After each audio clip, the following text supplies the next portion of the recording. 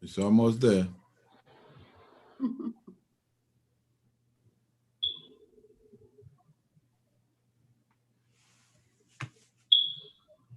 All right.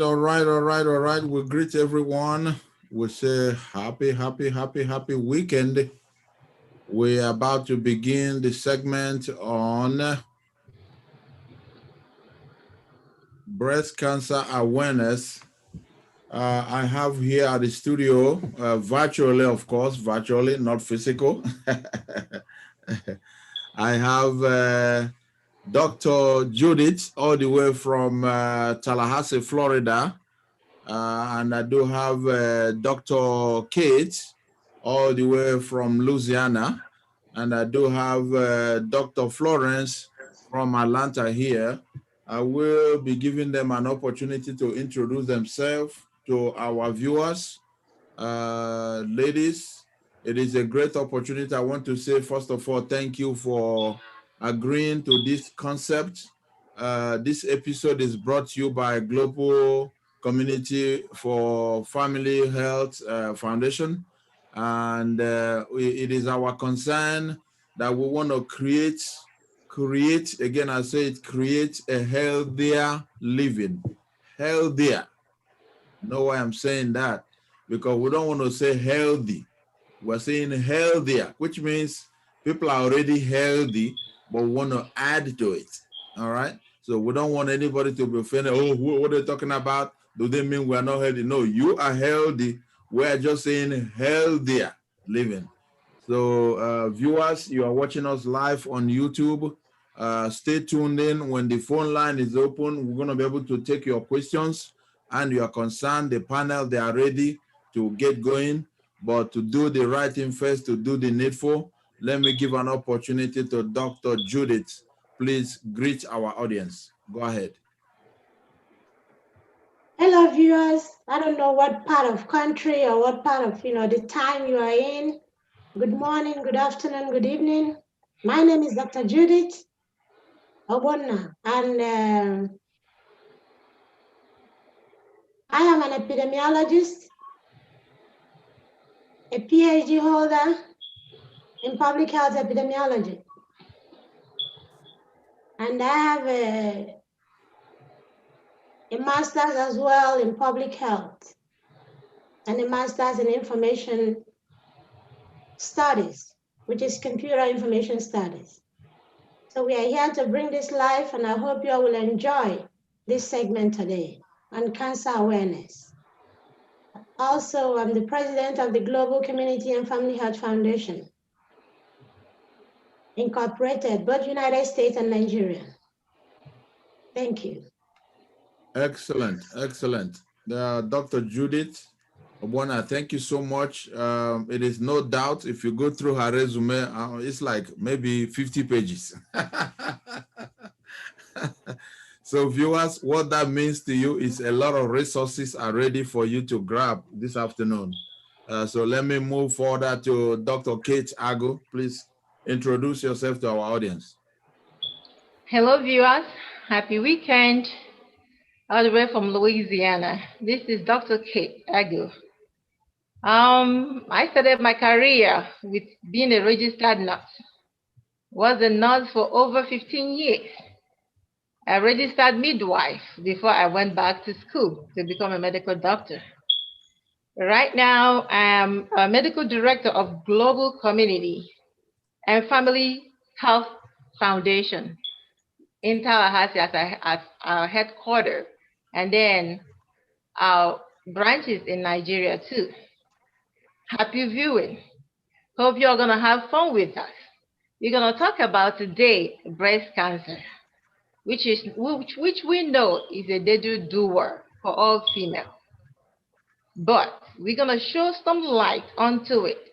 Breast cancer awareness, treatment and prevention. Please stay with us. Thank you so much. Excellent. She started her career as a midwife and grew all the way to doctorate. So what that means to you is that she's been there and done that. So don't go nowhere. She's ready to give us a lot of information that we're going to go home with tonight and this afternoon and this morning, depending on what global area that you are watching from. Let's move on to Dr. Florence Aiken. Please introduce yourself to our viewers. Yes. Wherever you are, either in US or in Nigeria or United Kingdom, I say hello to you and happy weekend. My name is Dr. Florence Aiken. I short it to Dr. Florence Aiken because a lot of people cannot pronounce the long name. So I used to be a registered nurse before, here in US, worked for so many years before I know about natural health. And when I know about natural health, I left nursing. I went back to college for 4 years to be a doctor of natural health. That is called naturopathy. Then after that, I have a PhD in Christian counseling, specialization in addiction counseling. And by the grace of God, my clinic is in Austell, Georgia, where I have a lot of people coming, to take care of themselves. I have almost 4,000 patients. And I thank God because our motto is, we care, God heals, because God is the healer. So I'm happy to be here today to share, with you all this breast cancer. We have some patients that God healed them through this breast cancer also. So I'm happy. Anybody can, ask us any question. By the grace of God, we'll be able to answer you. So thank you for listening. Excellent, excellent. Wow. From registered nurse to PhD to becoming a doctor. Oh my goodness. Well, it looks like three of you have a similar background, not only doing it in physical, but also well backed up with a certificate. So viewers, that is a great value to us this afternoon, this morning, this evening. We are not just talking to people that started yesterday. All three of them is been there, done that, like we say in the US here. So I give it up to all three of you. You're outstanding. Outstanding, with great achievement, with great resume. So we're going to be diving in this afternoon. We're going to be talking about breast cancer. Breast cancer. It's part of cancer. I am not a medical doctor. I'm only going to be a moderator, and I will stay around that. But also, we want to give a waiver to our viewers in case if you hear anything that is not in order, whatever we're going to say today here is not a prescription. It's not a prescription. It's just an information. So you have to research on it. You have to confirm it before you can now say, he said, she said.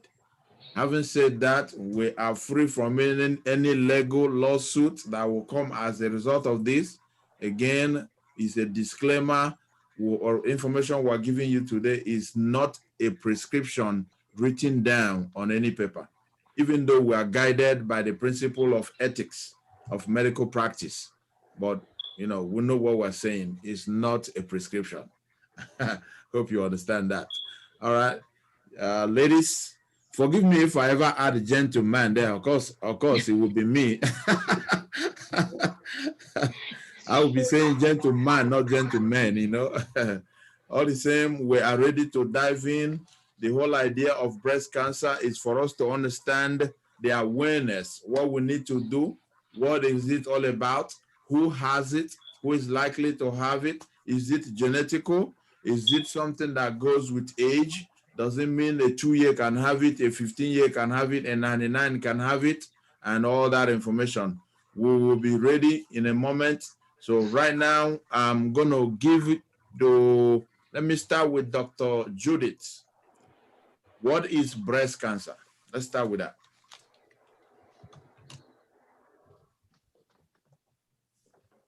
Breast cancer, as we all know, is when the body cell, either they refuse to die or the growth in the body cell. When we talk about breast cancer, we're talking about a lump. When you feel a lump in your breast, and that can cause all kinds of discomfort in your breast.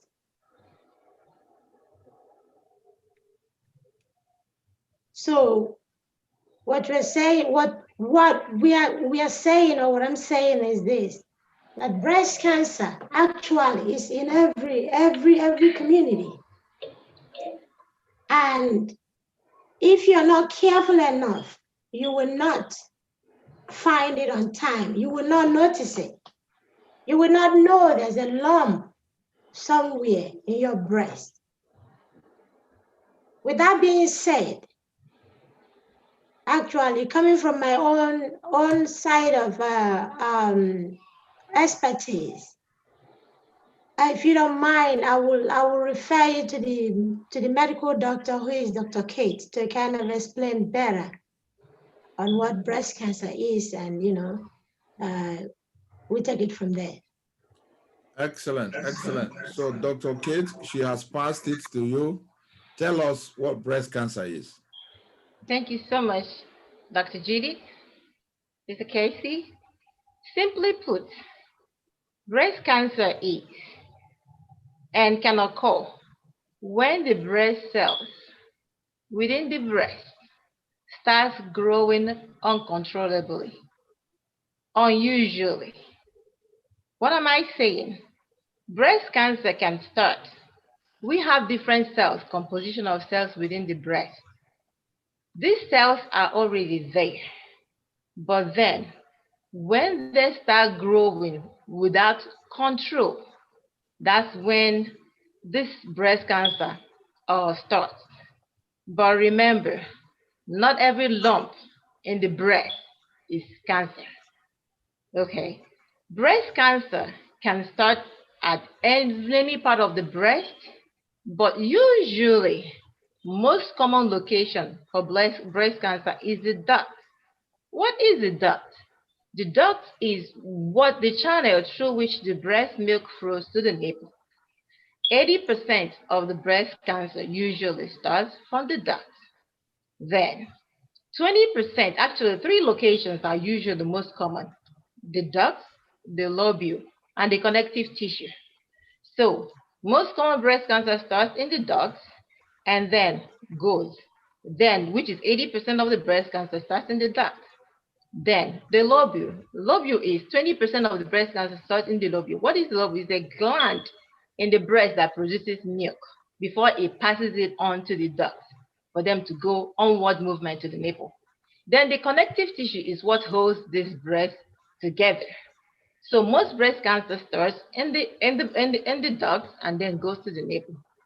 Then as these cells continues to grow, it goes into tumor. That's when we say this is breast cancer, depending. Okay, and what are we talking about here is this breast cancer, these cells actually, and the lesions can just stay in the breast. Therefore, it is just local. But when these cells start moving away from the breast tissue into other part of the body, then it's called metastasis, which is the spread of this cancer to different parts of the body. And when this happens, it then means the cancer has left the breast to invaginate, to metastasize, to spread to other parts of the body. Okay, and what channel can this follow? It might go through the blood system, or it might follow the lymph, which is the drainage from the blood, from the breast to the rest of the body. So here a lot is going to get into this topic we're talking about is vast, but we're just gonna take it a little at a time, because early detection, prevention, and treatment, they all depend on where is the breast cancer? Is it still in the breast? Has it gone away from the breast into other part of the body? So brings us to the topic of today is early detection, prevention, and then treatment. Thank you so much. Thank you so much, Dr. Kate. No doubt the topic about breast cancer is vast, no doubt about it. We might not be able to even go 1% of it today, but we'll be guided with the questions, the talking points, and references that will come from our callers when they start coming in, with their calls. So Dr. Florence Aiken, what is breast cancer? Tell us. Breast cancer is a type of cancer that starts in the breast. Cancer starts when cells begin to grow out of control. And also breast cancer cells usually from a tumor that can often be seen on an X-ray or felt as a lump. Breast cancer occurs almost entirely in women, but men can also get breast cancer. Because I used to have a patient before, in about 4 years ago, is a man. Then the man has breast cancer and came for treatment in the clinic. And breast cancer can occur any type of, because some people, when they put their phone in their bra, and when the phone rings, so the radiation attack it. Because I treated a child before, 21 years old, with breast cancer. Why? Because she was putting her phone, cell phone, in her bra. And then the nipple was bleeding of blood. So there's so many types that can occur, for people to have breast cancer. So because of the cells, because when you attack the cell, because we have trillions of cells in our body. And so any of the cells, can attack and maybe on the breast or the lungs or anywhere in the body. Wow. So yeah, so one has to be very, very careful, because I normally tell people, don't put your cell phone in your bra. The cell phone is not good to be put in a bra. And even beside the breast cancer, some men that they put their cell phone in their pockets near their testes, then they have prostate cancer. So there's so many things that can happen. You just have to be careful. Wow. Yeah. Viewers, if you are to the sound of our voice, it's not too early. The phone line stays open. 770-212-9519. Give us a call. I am getting a lot of information here. And going back to what Dr. Aiken just dropped, what she just said, do I say it's my first time hearing it that men can have breast cancer? Yes. I thought they said it's something that has to do with breastfeeding. Though, so do men do breastfeeding? If I can say that. Not really, because it's not necessarily breastfeeding. Actually, breastfeeding is protective for women with breast cancer. Breastfeeding is protective and actually places you on a lower risk for breast cancer. So not really. There's different types of breast cancer. If we want to talk about different types of breast cancer, and it all depends on what hormone in the body that they are attracted to. When you talk about breast cancer, we have the progesterone receptive positive breast cancer, the estrogen receptive breast cancer, and then there is this protein within the body that the body grows, which is HER2/neu. If this protein goes haywire, goes crazy, be produced in a lot of quantity above from normal, then it becomes abnormal. That's another type of breast cancer. Then there is this type of breast cancer again that doesn't follow the routine. It's not positive. It doesn't follow. It's not estrogen positive. It's not progesterone positive. It doesn't even respond to HER2/neu. This is called triple negative breast cancer, because treatment of breast cancer follows what kind of breast cancer a patient has.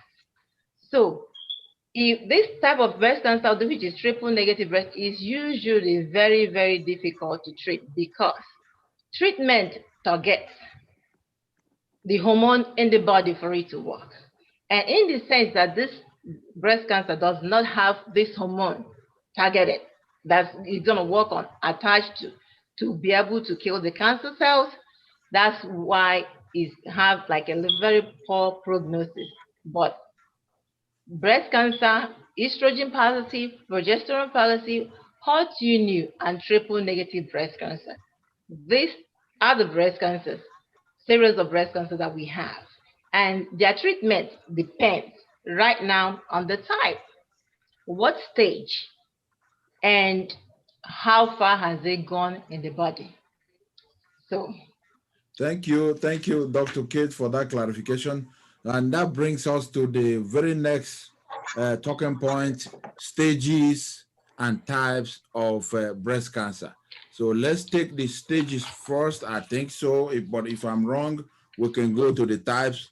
But I think the stages will come first, because I will go with early dictation and stuff. So the panel, I have Dr. Judith, I have Dr. Kate, and I have Dr. Florence. Stages of breast cancer / early dictation. You go for it. Okay, let me say something about the male breast cancer. Okay. According to research, because I'm coming from the research perspective of this whole cancer and all the segment. According to research, it shows that on average, age 9 or 10, young boys and girls have a small amount of breast tissue consisting of a few dots located under the nipple and around the nipple. So at puberty, a girl's ovaries make female hormones, causing breast dots to grow and lobules to form at the end of the dot. And then the boys and men normally have low levels of female hormones, which we all know anyway, because they're not females. And breast tissue doesn't grow much. But men's breast tissue has dots, but only a few, if any, lobules. So men can equally have breast cancer, but it's not as, it doesn't grow as fast as females. Excellent. And let me piggyback on what Dr. Judy had just said concerning men having breast cells. Sure. Men do, and at certain stages, some part of the male's life, usually going puberty, that's what's called gynecomastia. This is when male breast gets bigger, and then there's another stage when at the older age, and then certain medication can make a male breast go bigger. Just so you know, it's not because it's bigger that makes it that you have a breast cancer. Okay? These stages in life can bring you to have gynecomastia, which is enlargement of male breast. Depending if you're on some drug, can do that. Stages of life, puberty, and older age. Then you're gonna see some men with bigger breasts. You're gonna think, what's going on? Can we buy? So if they don't have breast cancer, okay. So don't be afraid if you see yourself, getting bigger at puberty. That's normal for male. And then at old age, you can see a man with bigger breasts, depending on, BMI. Are they big? Are they obese? That they can still have bigger breasts, but that doesn't mean they have breast cancer. Wow. That's what I want to add to that. So clarifications. So don't go, oh my God, what's going on with me? No, it's not breast cancer. Different stages of life in male life can make them have bigger breasts. Wow, excellent. Right, thank you for that clarification. So let's dive into the other section of the question that has to do with stages and early detection. That's where we stopped. So can we have Dr. Kate give us the stages of breast cancer? Okay, depends. Okay, and before we jump into stages, Okay. there are certain things we need to talk about that will help. Absolutely. Go right Yeah, for it. Yeah, go for it. thank you. There are certain things that will help us to be more aware of where we're going before we get there. You're gonna have to Okay. think about it. Mm-hmm. What is that this predisposing factor that's gonna make one to think, oh, I have to take precaution. This is what I inherited. This is what I'm gonna do to be able to get my stop myself from getting where my mother was if your mother has breast cancer.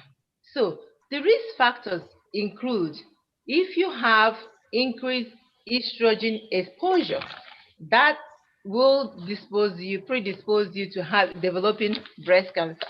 If you have a family history of breast cancer, suppose if your mother has breast cancer or your father has breast cancer, the likelihood for every female of getting breast cancer in that family is 50%.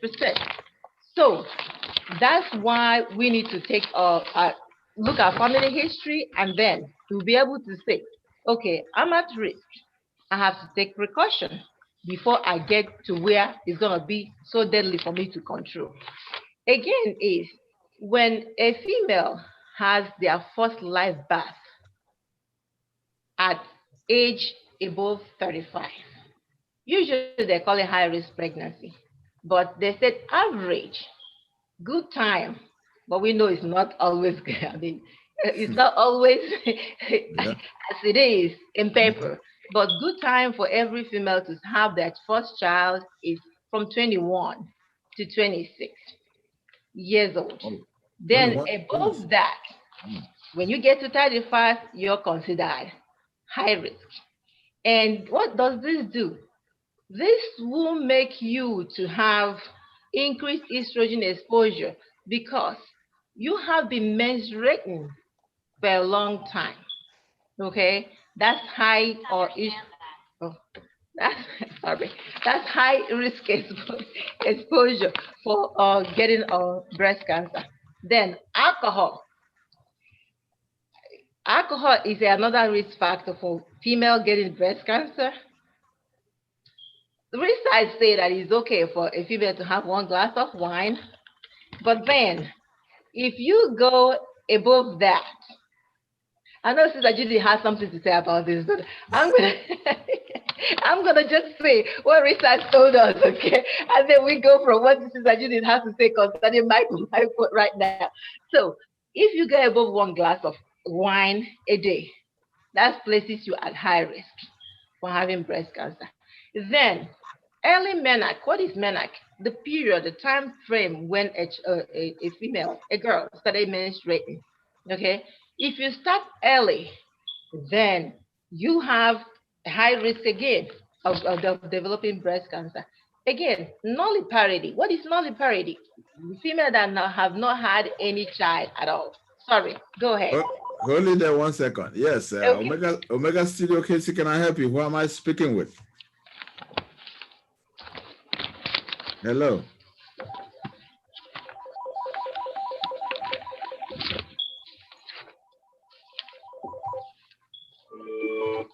Okay, sorry. I will always, pause, but sorry when we have a call coming in, we just lost that caller, but it's okay. They will call back. If you're there and you're listening, Dr. Ago was just telling us a lot of information about leading to early detection of breast cancer. And the phone number here is 770-212-9519. Again, 770-212-9519. Give us a call back so that we can attend to your question. I do have a lot I'm taking down from all the information she's giving us. So Dr. Agu, go ahead.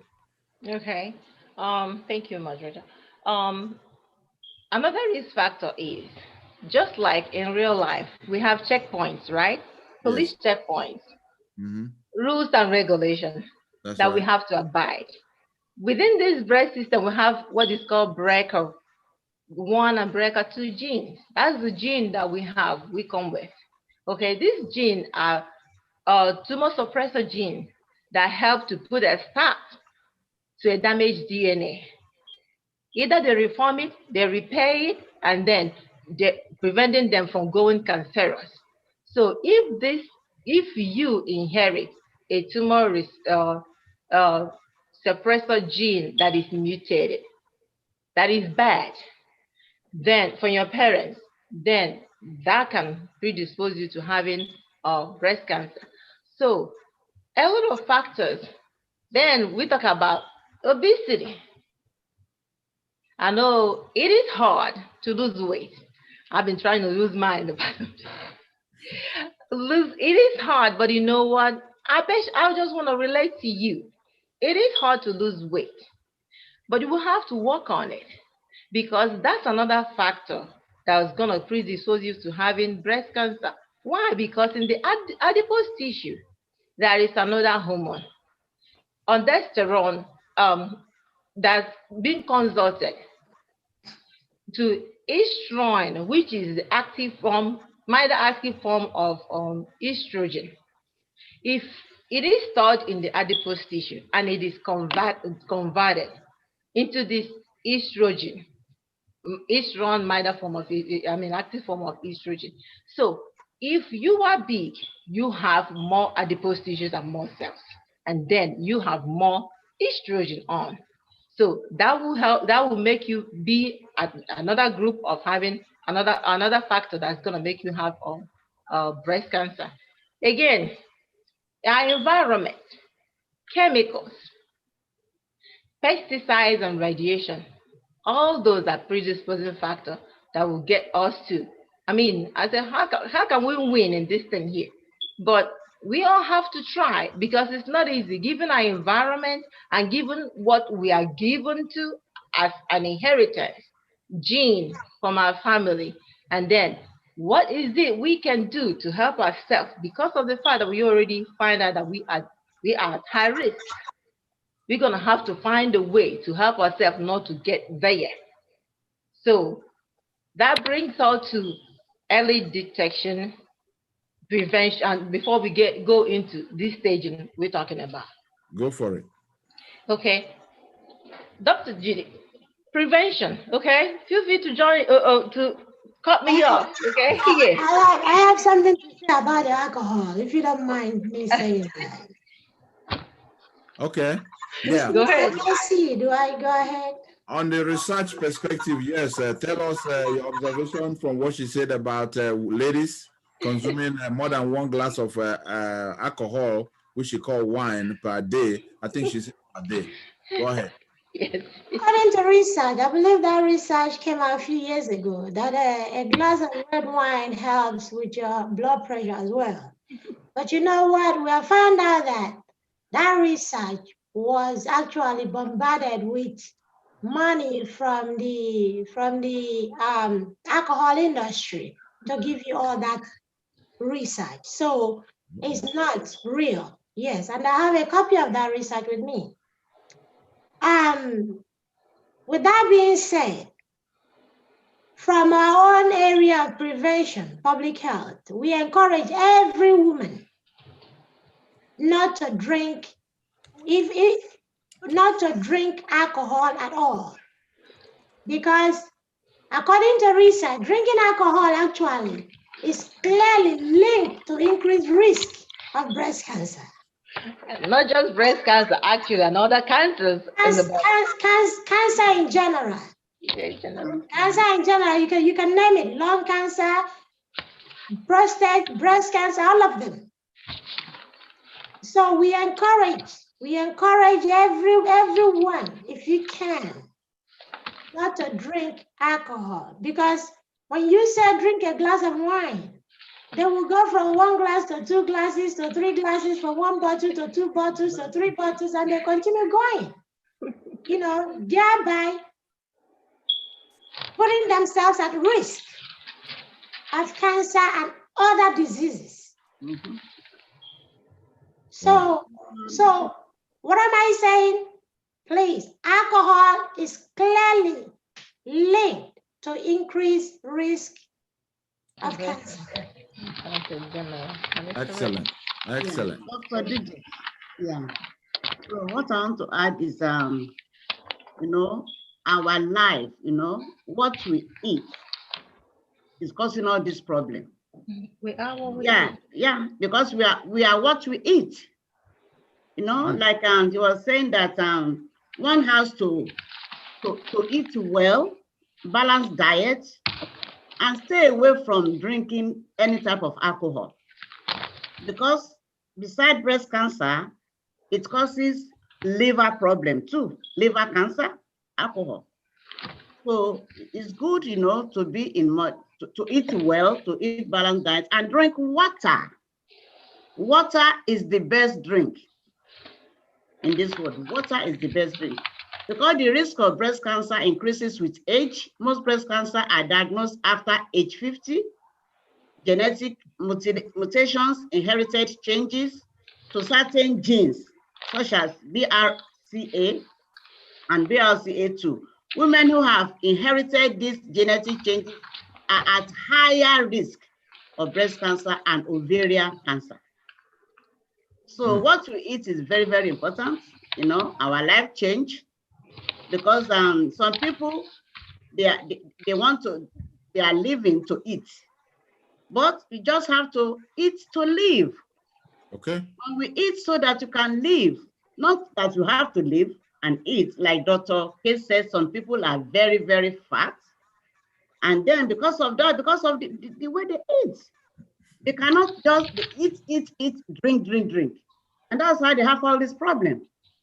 All this problem is because of what we put in ourselves, what we eat is very important. To really know that you have to eat right and don't drink alcohol at all. Don't drink alcohol at all. If it is wine, if it's liquor, we should close down all the alcohol stores. Yes. Come on. To live long. Remember, we said it from the very beginning. This is not and we did sign a disclaimer. we appreciate that information. So we'll make sure that everyone hears it.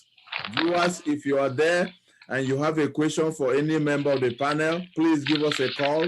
The number is 770-212-9519. If you have any question at all relating to breast cancer, including that of men, I was just hearing it, that men also are likely to have breast cancer. So nobody is excluded and no age is excluded either. So let's have that information, because everything we're doing here is about prevention. So we'll be going, let me check with the panel. I think while we wait for the next caller, Dr. Kate, I think we're okay with the fundamentals. Now we can talk about the early detection. Am I heading to the right direction? There is something I wanted to add to what Dr. Kate said earlier about not breastfeeding. Okay. Women are encouraged to breastfeed because that helps them, to lower the risk of breast cancer. But a lot of times, women, we have this notion that, if you breastfeed, I'm sorry to say this, that if you breastfeed, your breast is going to go down and all kinds of craziness. But you have to think about your health. You have to think about your health. Not only is breastfeeding helping you to, lower your risk of breast cancer, is as well helping the child. So whatever measures you can take to help yourself live healthy lifestyle, please, we encourage that. According to research, we have not finalized the research yet, but according to research, not breastfeeding increases your chances of breast cancer, and not having children. For those that don't have children, according to research, it kind of increase your risk of breast cancer as well. Wow. And as we're talking about breastfeeding, my hospital is a breastfeeding friendly hospital. What they do is, what does breastfeeding actually do? I don't want to deviate, okay, from our topic, but just as Dr. Judy mentioned, I just want to talk more about this breastfeeding, just a little bit of addition. The first milk that comes out of the breast immediately a woman delivers is called colostrum. What is that milk? That milk contains a lot of immunity. When a child comes out, the liver, the cells is not matured enough to be able to give this child the immunity that he or she needs. The first milk that comes out usually is like full of immunity that will be able to give this child a fighting chance up until 6 months, so that whenever they're out, before their body is matured enough to start producing their immune cells, the milk that the mother gives usually helps to protect them. So breastfeeding is not bad, okay? And actually, it helps you to get skin-to-skin contact with the child, helps in brain development, and then help you to get attuned with your child, actually. So even other hospitals are even doing skin-to-skin in the sense that if a mother have a child and they're not able to have closeness, this skin contact with the child, and probably maybe the mother has complications after delivery, the father is even taught before delivery of how to give that warmness, that connection to the child. So breastfeeding is a part of making you get more close to your child and then fostering that mother-child relationship at early age. Okay, that's what I wanted to add to that. So it's not all that bad. It helps. We can see that breastfeeding helps with a lot of things. But cosmetic reasons, we women, I forgot I'm on there. So you haven't gone too far. it is what it is. Body, as you grow old, gotta have changes. As you get a little bit more bigger, your body has to have changes. The breast is not gonna stay as it is. Age will tell, because it's composed of fat and tissues. It's gonna go down. So it's not just breastfeeding that's bringing your breast down. That is natural. That's just the point I want to make on here. Wow. Okay. I'm glad there is something that, I'm sorry, go ahead. No, right on. Go ahead. I was going to say, when we talk about this cancer, breast cancer, we have to, I believe Dr. Kate said this earlier, genetic. We are born Black. Black people are more at risk of having breast cancer than white people. So that is why we have to be careful of our lifestyle, what we eat, and other things we do. So according to research, in women under age 45, breast cancer is more common in African-American women than they are in white women. Of course, when we talk about African-American, we're talking about Blacks. It's not just American here. We're talking about Blacks as a whole, Black women in general. So we have to always look at that and know that once you're Black, you didn't create yourself, God made you Black. But you're at risk of having breast cancer. So we have to be careful of our lifestyle. Excellent. Well, I would like Dr. Florence, I always call her Dr. Flo, to kind of chime in on the same heading of early detection. How can a lady have an idea of what is going on around her as far as breast cancer? Give us an idea. Yeah. So it's by checking their breast. When they're in the shower, you want to bath in the morning, you check your breast, you feel it, whether there is lump, to say what is going on. And then, so there's so many ways to know. Then by go and do, when they're in danger of poverty, they should go and text, to go and to check whether they have breast cancer or not. because there's so many different kinds of breast cancer. Some is like inflammatory breast cancer. It's a rare type of breast cancer that develops rapidly, making the affected breast red or swollen or tender. So that's why they have to check to feel it, to know what is going on.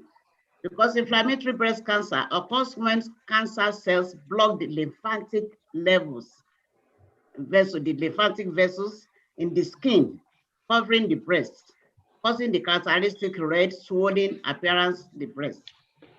So when we saw, that's why they normally say that, okay, go and check, when you are bathing in the morning, check, press. Like my sister, Dr. Judith was saying about breastfeeding. Breastfeeding is very, very good. When you breastfeed, your children, then they have very good immunity. And then they will be very, very smart. It's good to breastfeed a child for 1 year. And so after breastfeeding, then you feel your breast, you see whether there's something is going on. Even if you are not breastfeeding, if you are single, you've not married, you have to check your breast. So like I said before, that not all this, what causes breast cancer, it can be cell phone. People sleep on the bed, they put the cell phone near their body, and the phone rings, and then it attacks, the tissue of the breast. So, or people put it in the bra. Even so many things happen, So the early detection is very, very, important, to detect yourself, whether you have some swelling. And some people, they have just fat tissue, and it's not cancer, So they just say, so their breast is full of fat. And then they feel it, they say, oh, is it a lump or something? Oh, I think I have breast cancer. No, it's not breast cancer. When they go and do, the assessment to show their breast, to know whether it's just fat or they have cancer there. So early detection is very important. Excellent. Well, talking about early detection and doing examination, and like you say something about lump, ladies having to feel themselves when they are taking shower. The little that I remember, breast is a house made of lumps. Mm-hmm. So having to know which one is the actual breast cancer, because from what I know, listening to a lot of people, there was a time they said a doctor told a lady, you have breast cancer and go and cut it. And she cut it. And in the same hospital, another doctor came and said, oh, that result was from a wrong patient.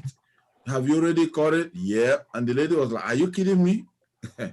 So in that scenario, I think not only, I would like Dr. Cates to chime in here.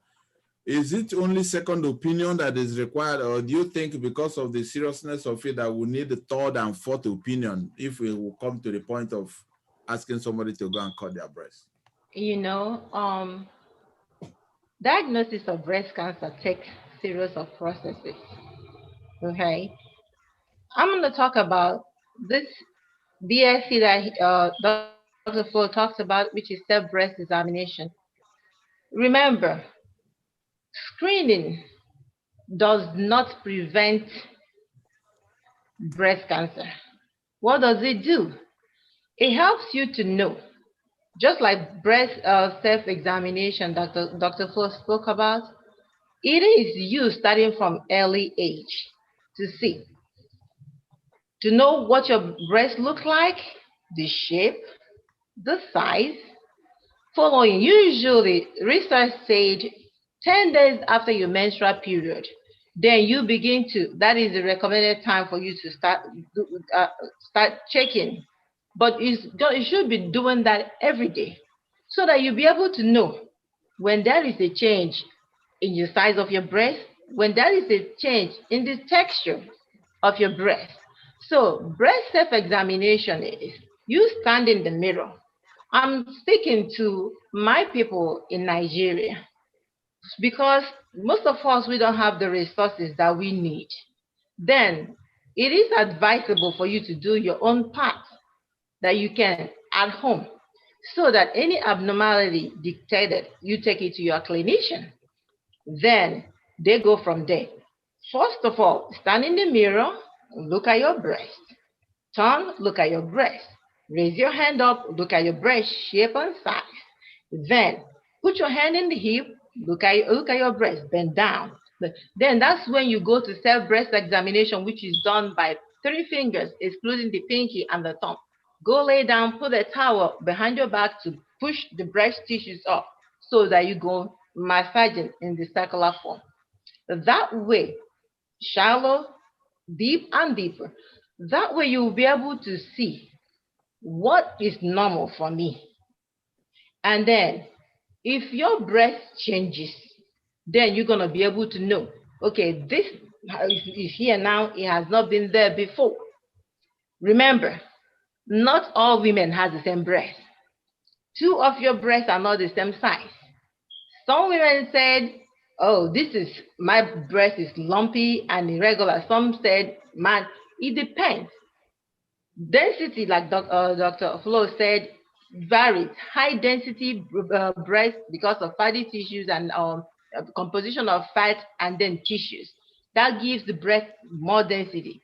During the reproductive period of female's life, the breast density is usually very dense. So if you start, I don't know, if you start mammogram, that's what I don't want to jump. No, yeah, but no. what I want to say is They're all interconnected. yeah, exactly. Self-breast examination first. You recognize the abnormal. Take it to your clinician. Then your physician check. Okay, any lump actually should not be ignored.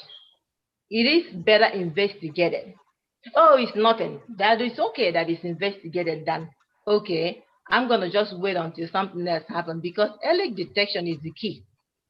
So that just like we talked about inheriting BRCA BRCA 1 and 2, which is a mutation, if your family have it, some people don't even wait for that to happen before they institute treatment for that immediately. So your family history, you have to listen to that, because it goes into what affects you. Because if you have a family history of having breast cancer, female, first generation having breast cancer, the likelihood of you getting there is there. So what do? Take a step to help yourself. Self-breast examine, go to your clinician if you have issues, if you have suspicion, if you have concern. Lay it to them, they have knowledge and the tools to help you.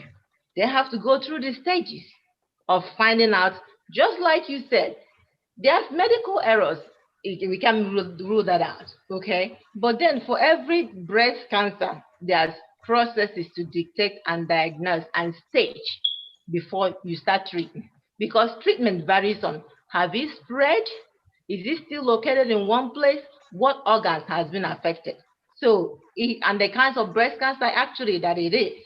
So a lot goes into play, in taking care of one with breast cancer. But really, talk to your clinician, talk to your physician. If done, okay, it's gonna go away, it's just a lump. Please, it is better you have someone smarter than you. I'm not saying you're not smart, but someone that have the expertise to see and then tell you it's nothing than presenting when it's too far to help you. I have a follow-up question on that. The self-examination, when a lady does what you said, and maybe there is one lump and another lump, the question I have is, are all the lumps together? If they are not together, does one show any kind of pain? Like, okay, what I feel on this side is not what I feel on this one. Kind of like give her a sign like, okay, this is not normal, then let me go see a doctor. Does it have any kind of associated pain? We do have, like, let me go back to female during reproductive stages. The likelihood of, depending on family history, but the likelihood of a female getting breast cancer during the period of reproduction is usually very low. But we all still have to deviate to what we inherited from our parents. But then, yes, some breast cancer can be multiple location. But most of the times, usually when they are in reproductive stage, some lumps might present. Actually, it's not even reproductive. Let me go back. Go back, When yeah. a female, Like you said, you're talking to Nigerians that may not have opportunity to see a doctor, so it's ex- okay. It's okay to rewind. exactly. See, a female during your menstrual period, that's the likelihood of your breast getting enlarged. There's the likelihood of you getting some lobes, and there's some likelihood of you getting pain. Those comes with menstruation. Okay, so then coming to female self-exam, that's why I said you need to examine yourself. Know what's normal for you. Okay, this is my period coming. Then this is not normal. So there must be different lobes. Okay, but that will bring us to signs and symptoms that you can see for you to say this is well, I wouldn't say breast cancer, for you to say that this is normal or which is not abnormal. You might have swelling in your breast. Okay, then swelling you might have dimpling, like looking. I don't want to use scientific word, like the peel of an orange. They call it peau d'orange, but that's dimpling of the dent. Your nipple might start retracting, which is pulling of the nipple inside. Instead of the nipples sticking forward, it pulls backwards. That's another sign of of having breast region, which you have to investigate on. Then you might have a redness to the nipple. That's different classification of breast cancer too. But that's another signs and symptoms of breast cancer. Redness, and then the skin might be thickened and flaky. Omega Studio, Casey, can I help you? Who am I speaking with? Yes, I'm listening to Dr. Kate Agu. Yes, please. Yeah, might know who you are speaking with and where you're calling from? Yeah, this is Jackie Issa. I'm calling from Atlanta, Georgia. Jackie Issa. Go ahead, Jackie Issa. I just want to suggest if Dr. Florence Aiken or Dr. Oguna can give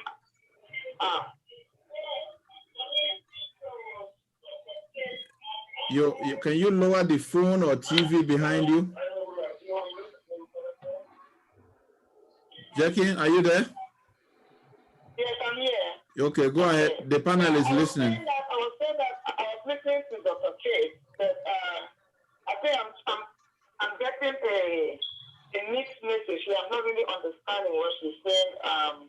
If she can break it down better, because I think the question that you asked, I didn't really get the answer. So I was trying to get it from either Dr. Florence or Dr. Judy.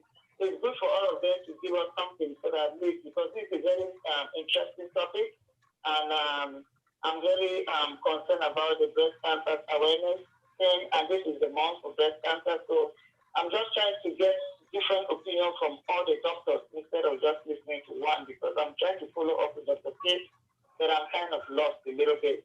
Okay. I'm not, based on the question that you just asked, I don't think she really answered it, especially the first question that a lady went to the hospital and she was wrongly diagnosed and the breast was removed. So what is the second opinion that people can get from situations like that to occur?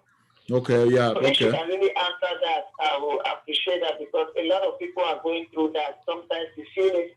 I myself have been through that. I went there and they said, oh, it was just a tissue, a scar tissue, and they took it out and they sent it for biopsy. It came back negative. It came back again. I have another one.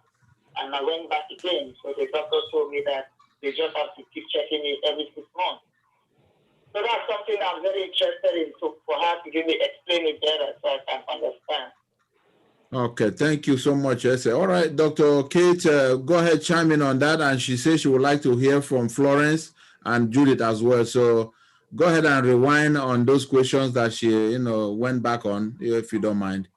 Okay. I didn't get the name. Esther, right?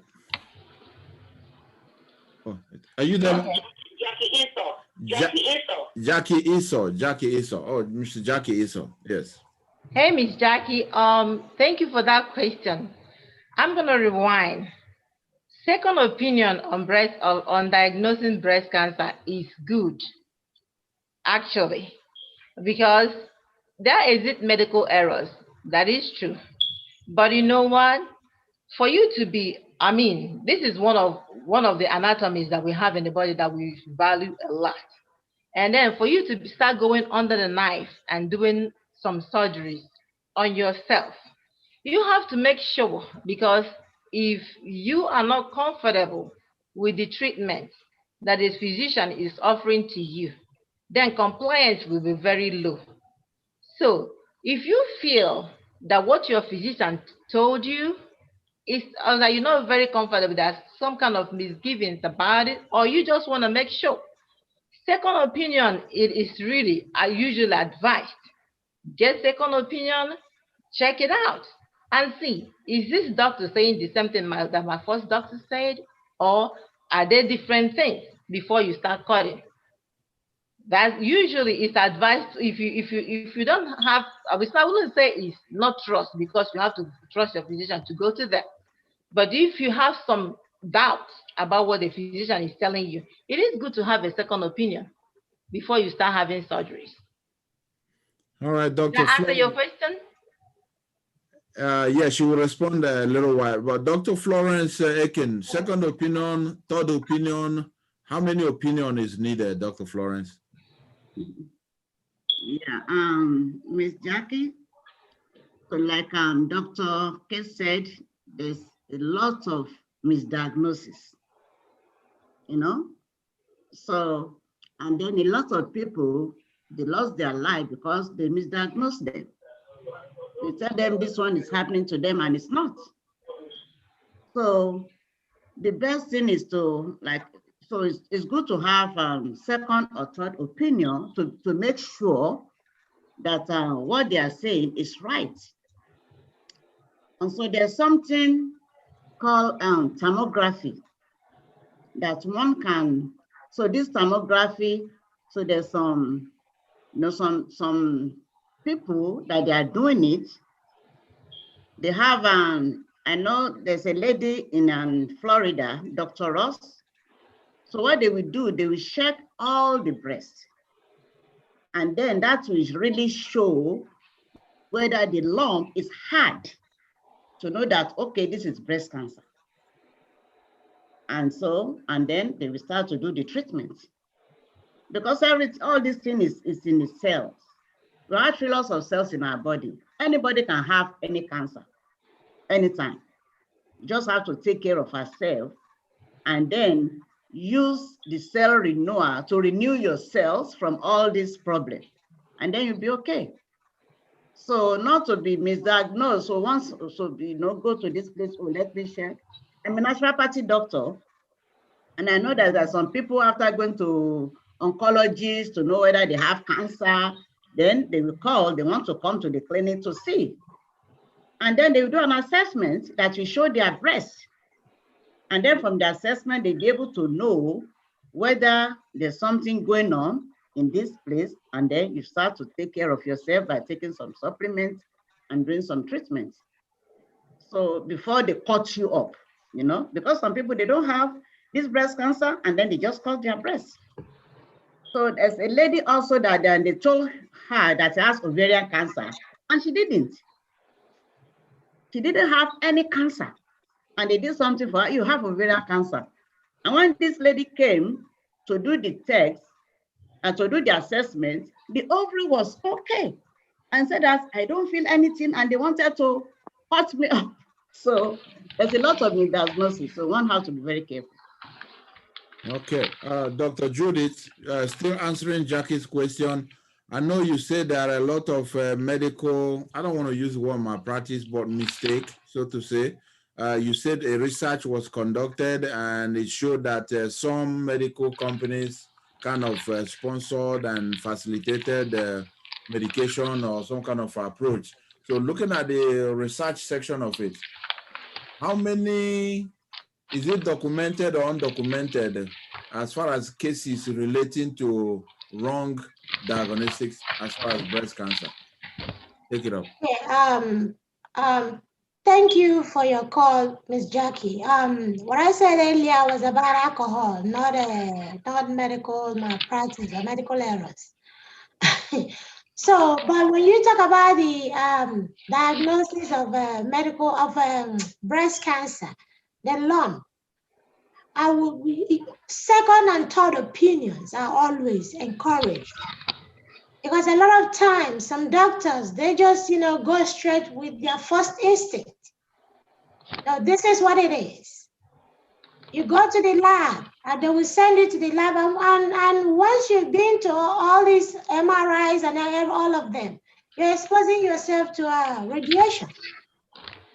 So when you feel that there's a lump, and they tell you, okay, go to X-ray, go to MRI, or have you done your mammogram and all of that? Even if the result says you have it, always make sure you get a second opinion and a third opinion. With that being said, with the second opinion and third opinion, that will help you to kind of look at all results and know if this is what you want to go with or not. But it's always advisable, to prevent before you get to that stage by eating right, doing all the necessary things that you're supposed to do, no smoking, no drinking, exercise, and all of that. If you find yourself to inherit it genetically, that's a whole different issue entirely. You know that it came, you couldn't avoid it. So, but always get second and third opinion before you move forward. Thank you, Jackie. I believe they have responded to your question, but thank you so much for calling. I got it this time. Thank you. Okay, great. Okay, great. I want to talk more about what he said about misdiagnosis. Okay. It all depends on. That's why when you have high risk and average risk, okay, what tools do you use for diagnosis? Okay. Let's go back. Mammogram, it is encouraged. Female 50 to 70 start getting mammogram every 2 years. But the thing is, mammogram, that's a screening method. Remember, we said screening does not prevent you from having cancer. If it's there, it is what is going to lead to early detection. If you have this cancer in early stage, and that's going to help you to institute treatment. Okay, let's talk about this mammogram. And like Dr. Judy said, mammogram. If you do mammogram and the result is questionable, then that's another step. That's when you go ultrasound and see. Ultrasound is using sound wave to take detailed pictures of your breast. That way, you will be able to dictate if there is a breast cancer or lesion in your breast. Then you go to MRI, which is magnetic resonance imaging of the breast. So sometimes you have to combine these three methods to be able to diagnose breast cancer. But see, MRI, if you use MRI in a low risk population, there is increased tendency of having a false positive because of the density, and then they are low risk. It can detect anything within the breast which is not a cancer, and that will lead to misdiagnosis. That's why you take various steps for you to be able to say, okay, this is it, because before it goes into, because it's not just, this is just screening method, right? Before we go into the method of diagnosis of this patient, because diagnosis too have several steps that you have to take before you tell someone that you have breast cancer. So, but for early, what I'm going to go back to what her question is, because she was asking about, is it good for second opinion. When you're non-compliant, some people are not compliant not because they want to be. Some people are non-compliant because they don't have information, they don't have knowledge. So if you are able to have detailed knowledge, you arm yourself. So when your physician talks to you, you're going to say, okay, I've heard this from this person. I've heard this from this other doctor. Put together what the information you have. That will help you to, okay, if you decide that this is the route and this is the treatment regimen you're going to follow, it will be able to help you to stick to it. As opposed to, I'm going to just tell you without telling you, giving you information. Then you might not be compliant, or you might not be. Whenever your heart is not in your treatment or is not with your doctor, the tendency of you not following direction of the treatment is there. So if second opinion, third opinion is going to make you comfortable to choose the right treatment, please do it. Nobody wants to be, dismembered for unnecessary reason. You understand me?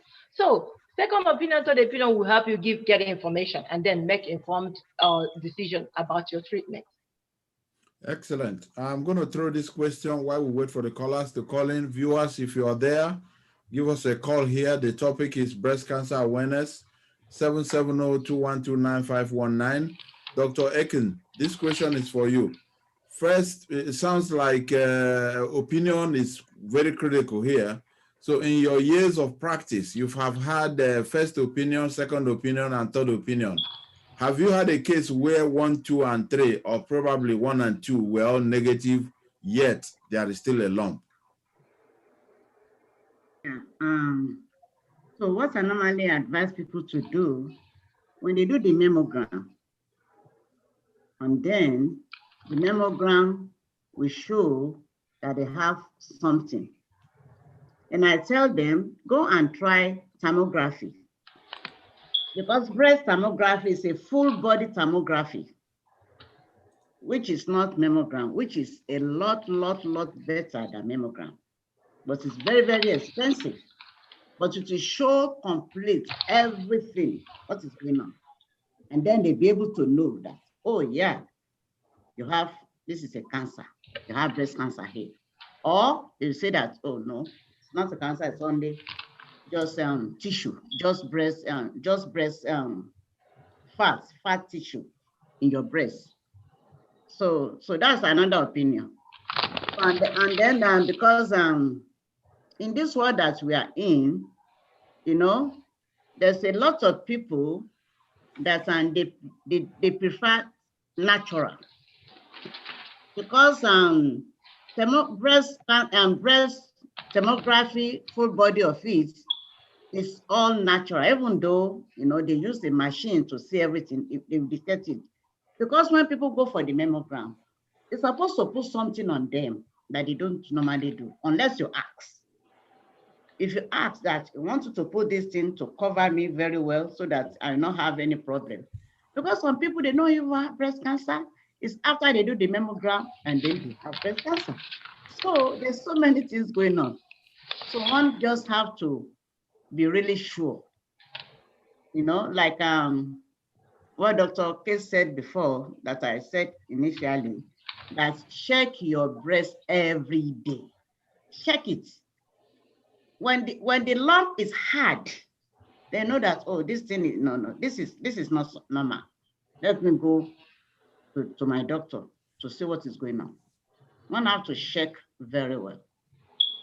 You check, have first opinion, second opinion, third opinion, and then you'll be okay that, okay, they say I have it, okay, let me go for the treatment.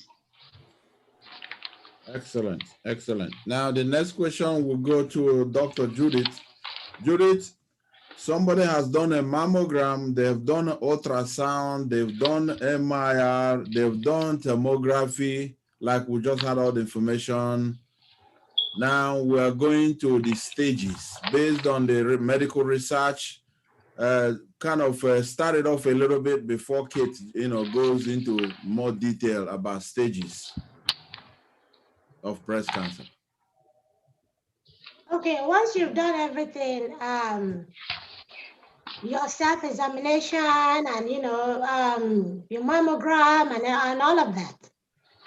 And bam, the result says you have breast cancer.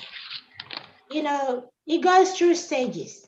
They have the stage 1, they have stage 2, stage 3, they have even stage 1A and stage 2B, 2A and 2B.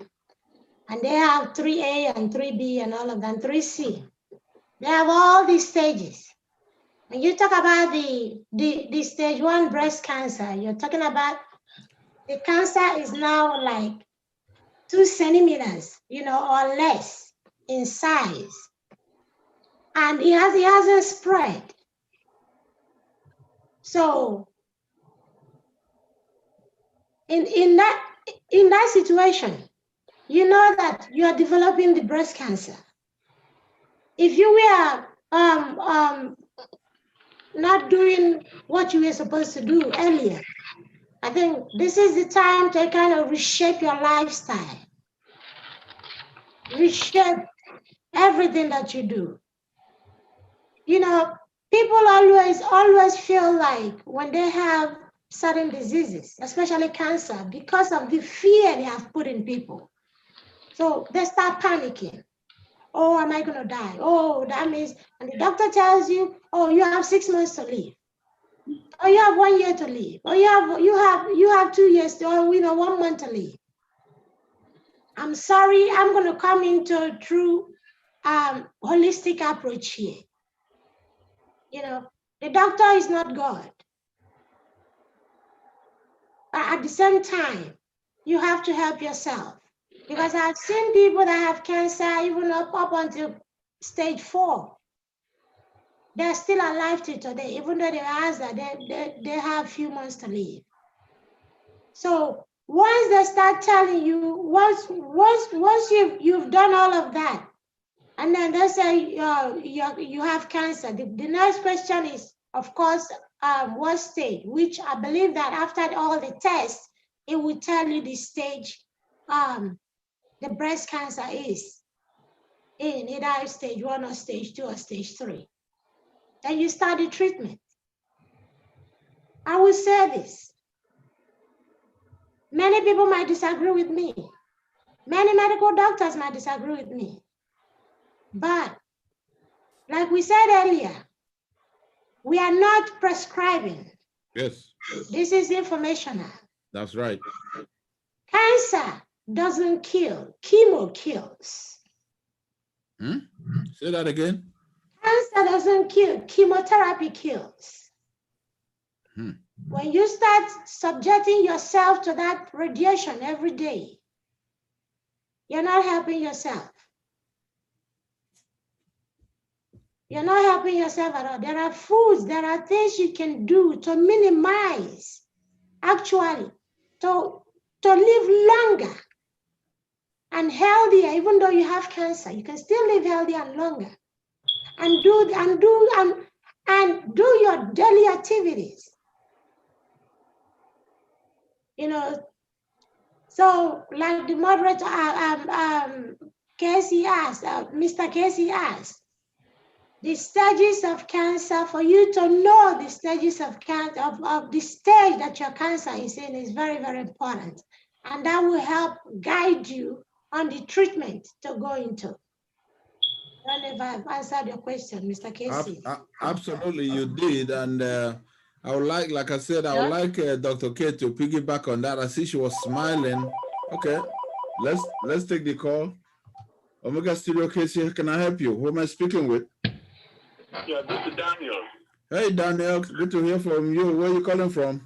I'm calling here from Marietta, Georgia. Marietta, Georgia. And this topic is about breast cancer. I'm glad, Daniel, going by your name, you are a man. So, what is point of attraction for you on this topic and your question? Go ahead. Yeah, my daughter doesn't have a problem, but she had a lump in her breast which was taken out, and there was a small lump that came back on. Oh, my goodness! Wow, sorry to hear that. Okay. Yeah. I'm gonna talk about that. Okay, so go ahead. Yeah, go ahead, Daniel. The panel, they are listening. I listened to Dr. Obonna. Okay. She said something about cancer doesn't kill, but radiation kills. Yeah. Yep. She did. That to me is strange. I really want to hear more about that from the panel. Okay. That was just my question. That was my question going to Kate when you call, but go ahead, finish up. Go ahead. I'm saying I really want to hear Dr. Kate's take, Dr. Kate Agru's take on that, because that's strange. That's the first time I'm hearing that cancer doesn't kill, radiation kills. Wow. So does it mean that we should abstain from radiation or not? Well, from what I understand, radiation is a treatment procedure. So I will let Dr. Kate come in there. Dr. Kate, you heard him right. Go ahead. I said chemo, not radiation. Chemo. She said chemo, but still, I'm not 100% in agreement, medically speaking, with with that, what Dr. Judy said about that, because in staging of, just to talk more of what she said, and I'm gonna, chemo. I'm sorry. Yeah, chemo. Yes. Yes, they got you. She said chemo. Okay, I'm gonna talk more. I'm sorry, I have to correct myself. I have to correct myself. That's fine. Yeah, they got you. Okay, I'm gonna go back to what Dr. Judy said. She staged it. Then there's another staging system, which is TNM. TNM is T stands for the tumor, the size, where it's at. Then notice, has this tumor moved from the local area that you started with into the lymph node going to axillary? Then it's moving away from breast or tissue. Then M is for metastasis. Has this tumor moved away? Now the tumor has moved away from the breast tissue and is going to other parts of the body. Like breast cancer can go to the brain, it can go to the thoracic cavity, it can go to the liver. That's breast cancer spreading all over the body. So that means it's body cancer, then it's no longer breast cancer. It's the primary source. Yeah, the primary source is the breast. So it's now spreading to everywhere. Okay. Wow. So when that happens, remember, diagnosis, I'm gonna go back to what Mr. Daniel said. Yes. The daughter has a lump, depending on what age. Then the lump, whenever the tissue or it was removed, it was sent to cytology, pathology for examination to say what it is. Some lump, like we said earlier, not all the lumps in the breast is cancerous. So lump removed from, depending on what age his daughter is, might just be benign, which means it doesn't, there's no tendency of it going everywhere. Okay, so that depending on what the cancer is, and then depending on her age, and then depending if they told her the cancer is benign. So given the treatment depending on the stage and the type of cancer, then that's when a combination of treatment comes into play. So chemotherapy can come in. Okay, let's talk about chemo. Like Dr. Judy said, every treatment has its side effects. Okay, some chemo target cancer cells, but in the sense that this cancerous cells has moved all over the body, then there has to be a combination of therapy to be able to eradicate this cancer. So that's when some of this chemotherapy that was given is medicine. Then it attacks all the cells. It doesn't. Remember when I said there's this type of cancer that's triple negative breast cancer. It doesn't have hormone that is circulated that the drug is gonna attach to be able to work. So some of these medication, cancer drugs that we use, can't differentiate between the real human cells and the cancerous cells. So it went ahead and then destroyed. all the cells in the body. That's when this, what she said, come into play, that chemo is not cancer that kills you, chemo kills you. Yeah. But, you know, because it destroys many cells, and some of them destroys a lot of cells that we're supposed to leave alone, that is our cells, it can differentiate between those. So then the issue comes of destruction of a lot of cells that is not supposed to destroy, that's not cancerous. So that's when the issue arises, like, that's the effect of chemo. Like, everybody knows that hair fall off, but it usually targets fast growing cells, like the hair. So that's when you see when people have a chemotherapy, their hair fall off and all that. So that's what she means by chemo having its side effects. Go ahead. Okay, one moment. Okay, person disrupt. That's okay. Go ahead. Sorry, they didn't make the call through. Go ahead. Okay. So cancer treatment is just that, like, it's not one for all. It depends on the stage, it depends on the cancer, it depends on how far it has gone away from the breast. So then you bring out different therapies that will help to combat the cancer cells. So literally speaking, it's not really chemo, but it's doing its job. Every medication you take in life has its own side effect. All right. So that's what it is. All right, thank you for that information. Then Dr. Flo, two things from Daniel's question that I would like you to touch up on is chemo kills, cancer doesn't. That's one. Then the second question, second highlight from his question is the daughter had a lump that was taken out, and then he said it came back.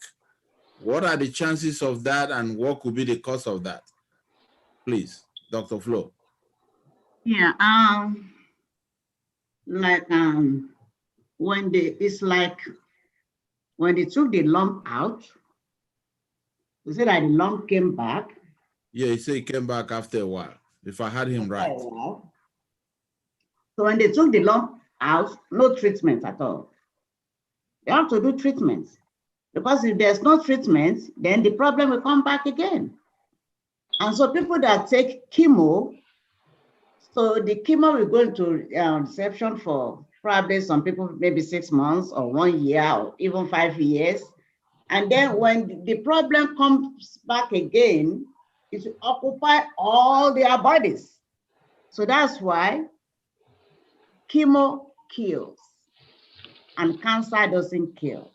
Oh, wow. You don't have cancer and then you change your diet, you take your supplements, you watch what you eat, the cancer will be gone. It's because we have trillion cells on our body. So many cells in our body. Any type of cells, but they are just making people, putting fear in people's mind. Because there's a guy who came to me in 2014, that they told him that he has 6 weeks to live. They are not God. God is the only one can tell you how many years you have to live in this world. And then I told the guy, I said, do you believe in God? He said, yes. I said, then have faith in God. Change your diet, eat right, and you not die but live. And God help you. So everything is in our mind.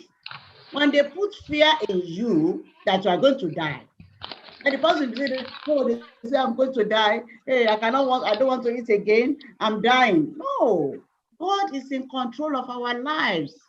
God is the one who created us. God knows when anybody will go. Some people, they are very healthy, but if their time is here, then they go. And some people, they will sick and sick and sick, and they still be alive. And they will grow old, up to 90 years, 100 years. And some people, maybe there's no sickness at all. They are eating right. And then when the time comes, they go. So it's only God can say somebody will die. So all the oncologists, they are putting fears in people's mind. You have 6 months to live. And they start giving all this type of, I don't want to even mention it. So So that the daughter of that person, that what they will do if when they remove that and there's no treatment, then come back. So because we don't have any problem and we don't treat it, the problem will come back.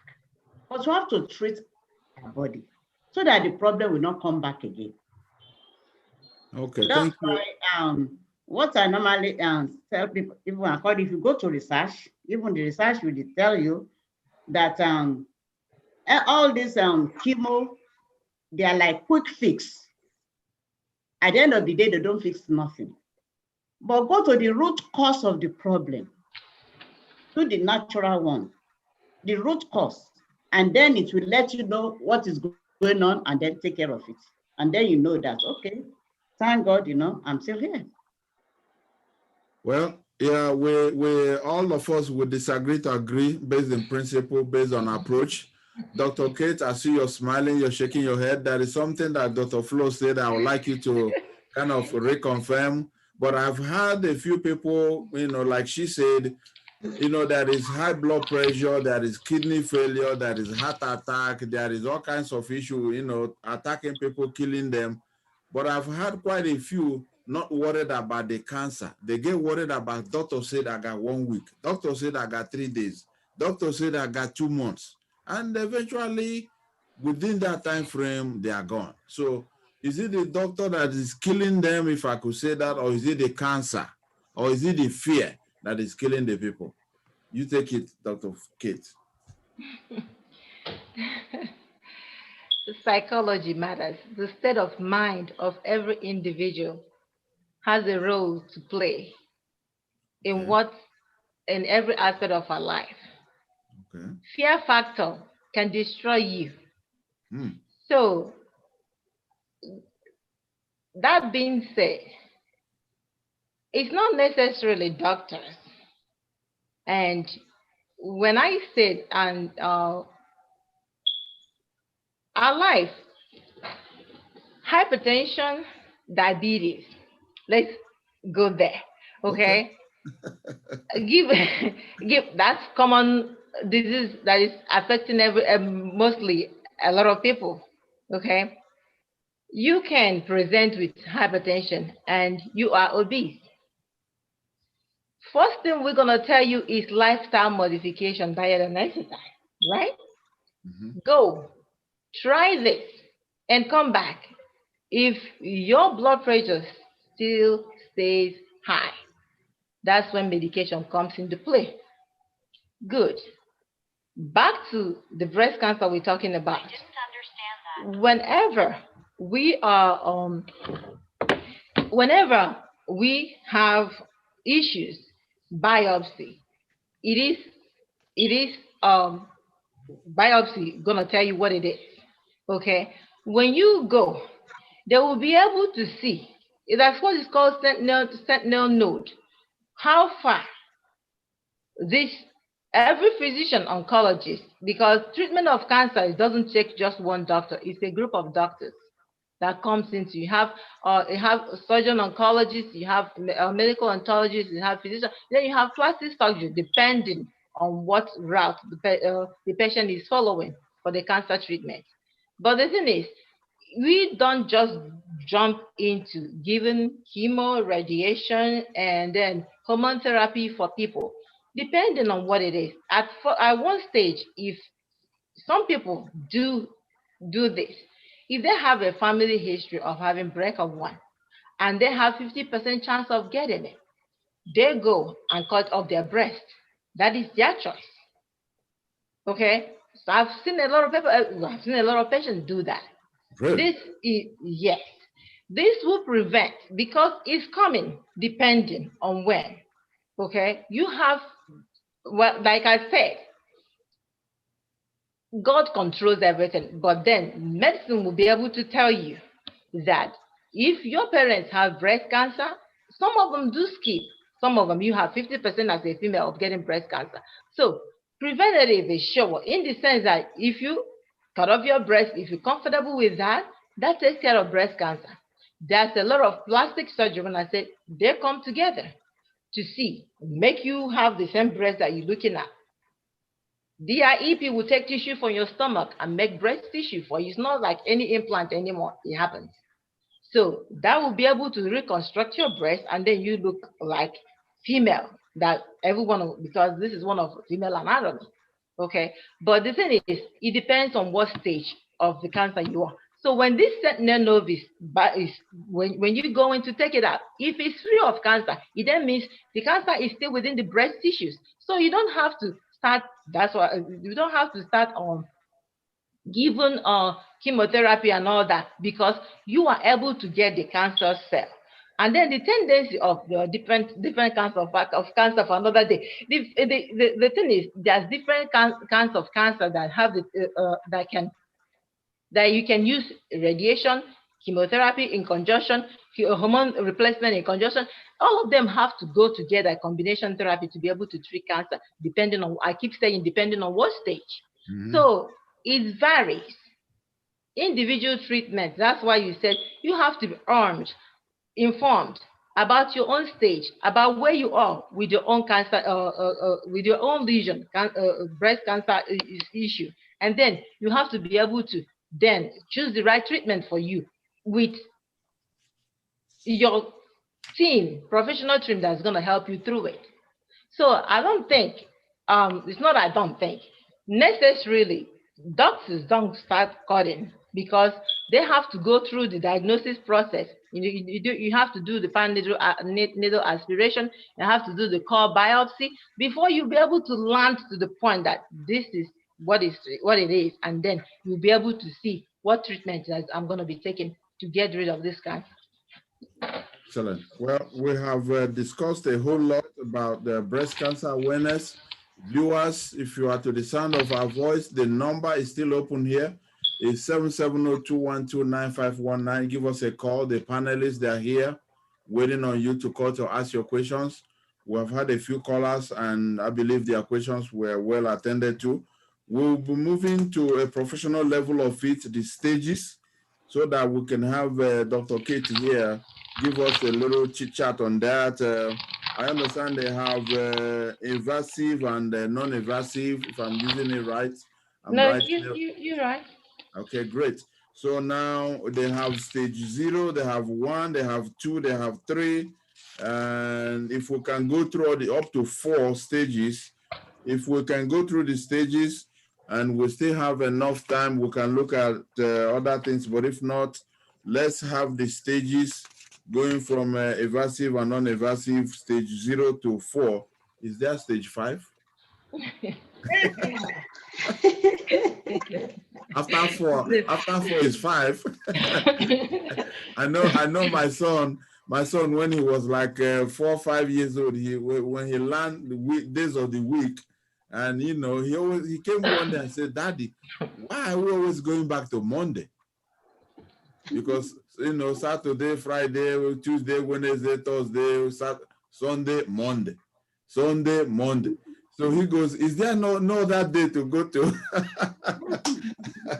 So Dr. Kate, after stage 4, when you get to 4, maybe that is 5. I don't know. Not yet. All right, it's all for you. Go ahead. Well, two main classes of now we're talking about, we now deviated to malignant cancer, which is the main cancer that everybody's talking about, malignant cancerous, not benign. Okay, we have non-invasive and invasive oral cancer. Then we have ductal carcinoma in situ that you call DCIS. This one is just there in the duct.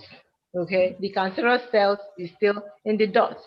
Then we have comedosarcoma, which is, all these things are meant. I don't want to.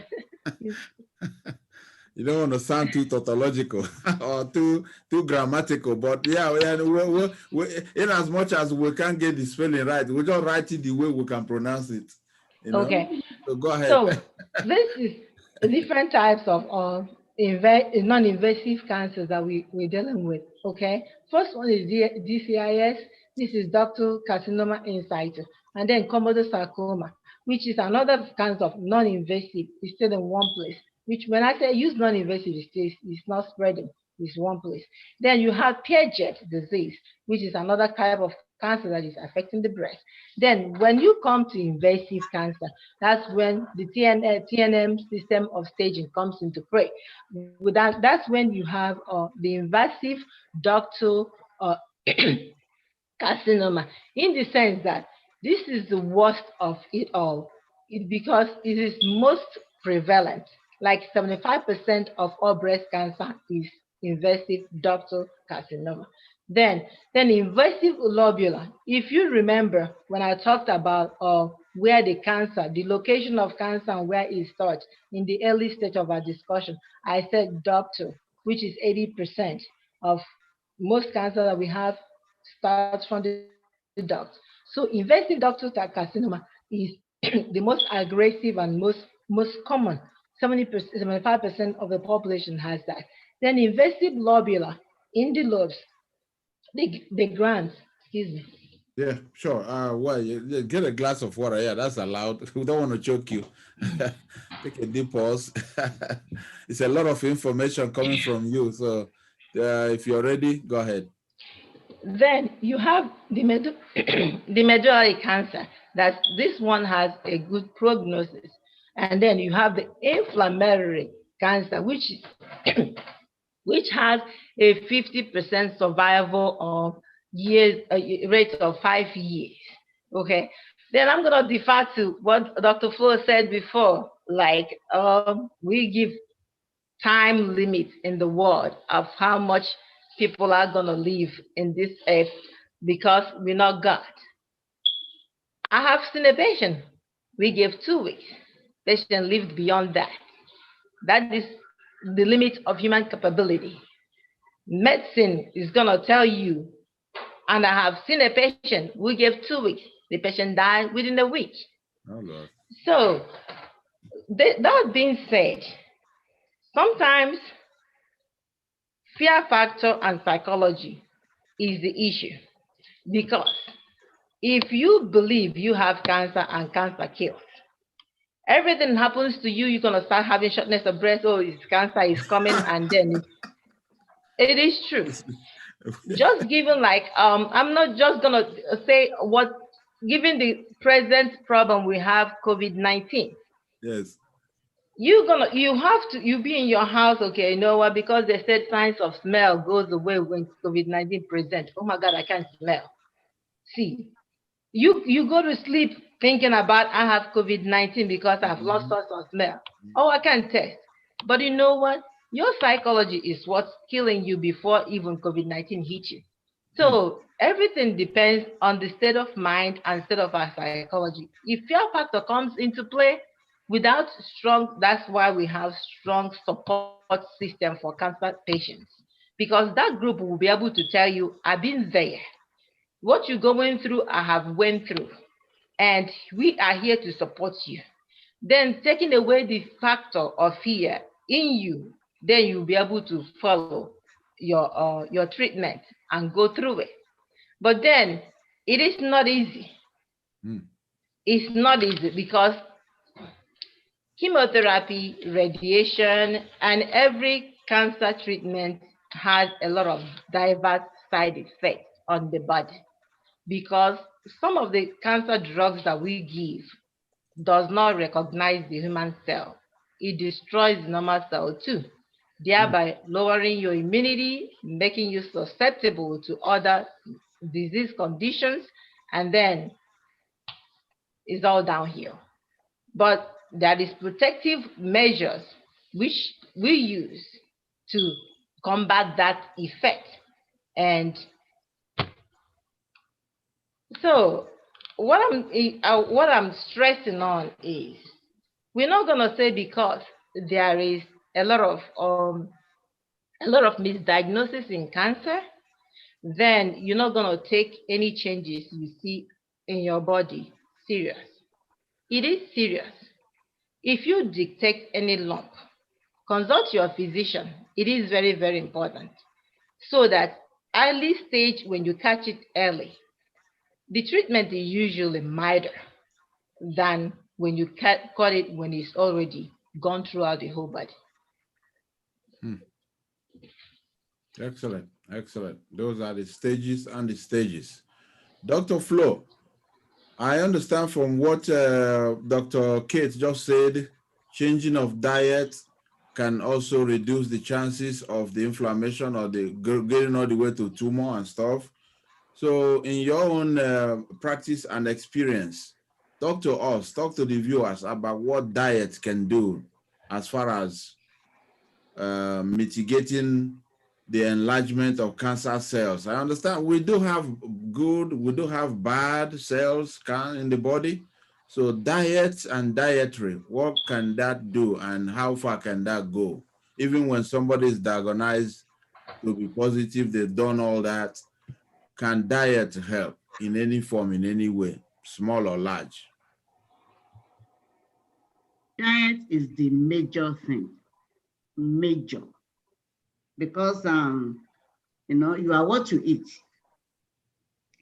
Yeah, because when you have problem, for example, I have a patient that have leukemia, blood cancer. He changed his diet to all like a vegan. He stopped eating meat and just vegetables.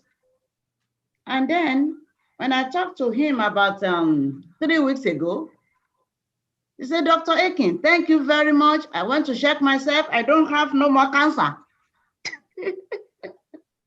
You know, and he didn't do no chemo at all. He was coming to the clinic, you know, doing, you know, his treatments, and then listen and change his diet. Because diet is very important. Some people, they have cancer, and then their doctor will tell them, you can eat anything you like. And they start eating, you know, sugar thing, and sugar is feeding cancer. Eating meat, eating as if nothing happens to them. But you have to change your diet. That is very, very important. Change your diet, you know, raw food, you know, vegetables, you drink a lot of water, especially alkaline water is very good. And then you see, it can take time because, like I said, natural health is not a quick fix. But when you give yourself time to do what you're supposed to do, and then you'll be free. So that's why cancer doesn't kill if you take care of yourself. You'll still be alive. Wow. Yeah. So like Dr. Kate said, you know, as a medical doctor, that all medication, they have side effects. So that's why the chemo, it will attack all the both good and bad cells. If the chemo attack just the bad cells only, people will not be dying. But because you attack both good and bad, that's why, you know, people, you know, they will lose all their hair, you know, their tongue will be dark, their hands will be dark, you know. So because it's attacking both the good and the bad cells. But if you can do the one that is only the bad cell that is attacked and replenish your good cells, then you'll be okay. Wow. Yeah. So diet is very, very important in anything. Anything. I have somebody that has liver cancer, and he went to do the transplant the liver. And then whenever I want to go back for them to check, he will rush to the clinic and please want to do detox. I've been drinking alcohol. I say, why? You have another liver transplant and you are drinking alcohol again. You want to kill yourself. Because people cannot stop doing what is, you know, they are not supposed to drink because your liver, you have liver problem because of alcohol. And they did liver transplant for you. They give you another liver. And then you started drinking alcohol again. Why? People, they cannot listen. They just want to do, okay, anything can kill me. I can eat anything I like. But the thing is, you said doctors don't tell. You said doctors do not tell you. I'm gonna come into that. Okay. When you said the doctor did not explain to you, eat anything you like. Yeah, that's what some patients told me. They said their doctor told them that they can eat anything they like. That's no. No. Team of medical professionals comes into play when it comes to treatment of cancer, including nutritionists. They are being referred to the nutritionist to give them advice, tell them. Actually, some of them usually go to shopping with this patient to tell them, look at what you need to do to help you. Like in diabetic clinic, our nutritionists go to shopping with the patient to tell them, pick this that will be able to help you.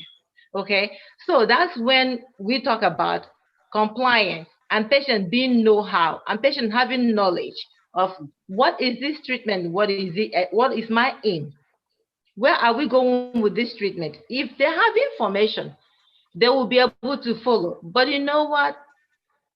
There's a lot of things we take for granted. A lot of people don't know. Okay, we take for granted that everybody knows that they should change their diet, but they don't even know what to buy. They don't even know, okay, I'm going to eat a low sodium diet. What is low sodium in a patient with hypertension? Okay, I'm going to reduce. So sometimes it's lack of knowledge. That's why we are told to educate your patient, because if they know what's going on, they will be able to comply with the treatment regimen. But if they don't have any idea, what they will bring to you is what you just said. And meanwhile, a lot of information, cancer is scary. So when you compound a lot of information given to a patient at one time, they tend to phase out. They're not going to be able to comprehend all that within that minute of, I know we don't have time, I get that. So within that minute, that second of you staying to tell them what diagnosis is and what you need to do, they're not listening to you. They were thinking, I'm going to die. Mm-hmm. But that's a follow-up of, okay, I have a nutritionist, follow, see what you need to do. Then I'm going to follow up with you and tell you more about what you have and what we're going to do. With patient armed with information, they will be able to listen to you. But then otherwise, if you compound all this information and give it to them at one time, they will come to you with that. I have no idea. No, that's what the doctor eat, whatever. Actually, I have a patient that come in with and tell me, oh, I don't have a blood pressure. And then going through the medication list to verify medication list. Oh, you have low pressure. What is that? Oh, I take that for my blood pressure, but my blood pressure is not high. So I don't have high blood pressure. You get it now? So the thing is given, what do they know? What is their background? What information do they have on hand coming to you, and what information are they leaving when they leave you? So that will be able to transfer to other people they're going to meet to tell them about what you have discussed with your doctor. And that's a lot of misinformation going from patient to outside because of lack of knowledge or lack of understanding. Wow. Excellent. Now, Dr. Judith, you have listened for a minute. Talking about diet / cancer / chemo / treatment / natural treatment. Give us the documented and undocumented research study and finding to relate cancer with diet.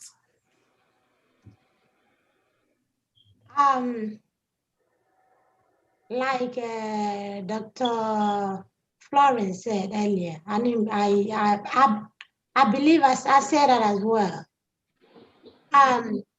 Food, what you eat is absolutely, and I believe Dr. Kate mentioned it, so all three of us mentioned this. What you eat is absolutely important in your health for you to live longer and be very active.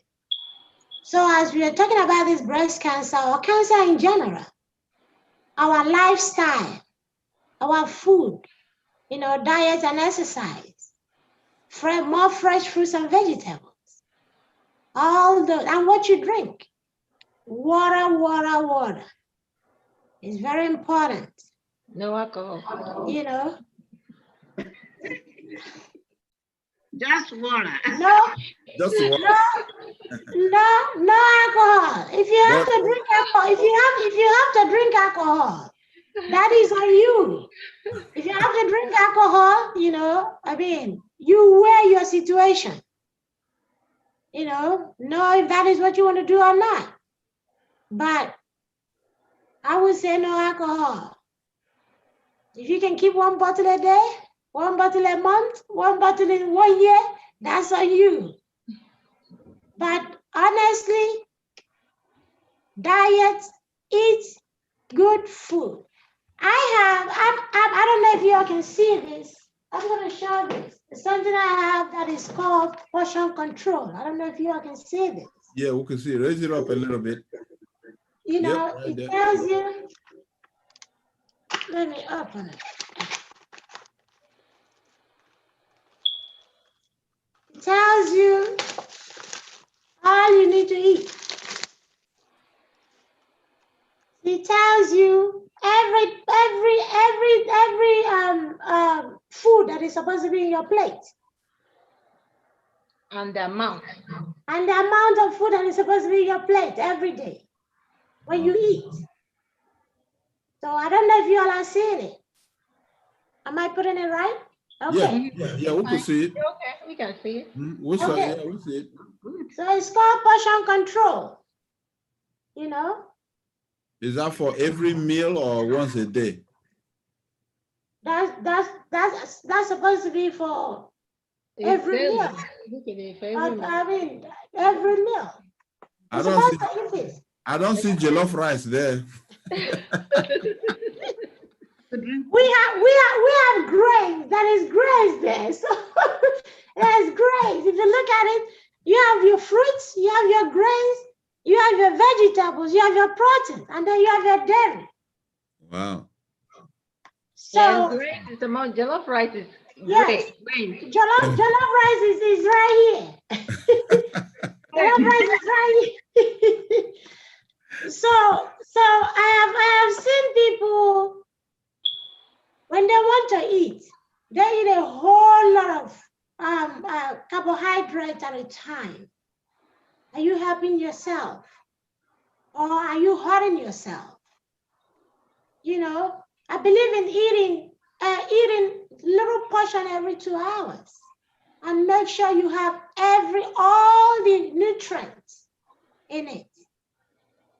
I know we want it to be tasty, like that we say, oh, this chicken is so tasty. People that go to McDonald's, oh man, their burger, $1 burger is so huge, it can fill me up. Is it about filling you up? Or is it about, quality food that you can eat to help your life, your health, to help you live longer and be active? So exercise, diet, what you drink, and like I said before, for those women that are out there that have children and you feel that breastfeeding is not for you, please, and please again, rethink. Breastfeeding is very important. Another thing is, if you feel that, you've gone through everything and you still feel like there is something going on in that breast, get screened. Go to your doctor. Yes, we are here, we have our own different beliefs, but go to your doctor for the doctor to check you, do whole physical examination on your breast and let you know. The doctor will take it from there, because I believe that based on your situation, that is how the doctor will now plan your treatment, if you need treatment. But first of all, do your own homework before going out there. So please, I repeat, exercise, eat healthy, alcohol, no. But for those that want to drink, like I said, it's on you. Again, be mindful I mean, smoking is out of the picture. You know, taking drugs. That is one thing we've not actually touched.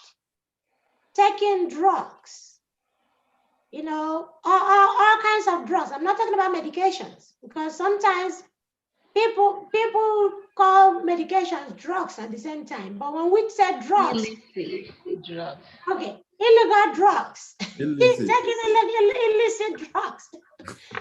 So all those, you know, can cause harm to your health, not just for breast cancer, but your health in general. Great. Well, it sounded like you were giving us a closing remark there, but that's still all good. You know, one of the things that I do here is to bring the tensions down. So I'm going to make a little joke to bring the tension down, like Dr. Kate just kind of chimed in there. She said not illegal, but illicit. That means the one that is not listed, right?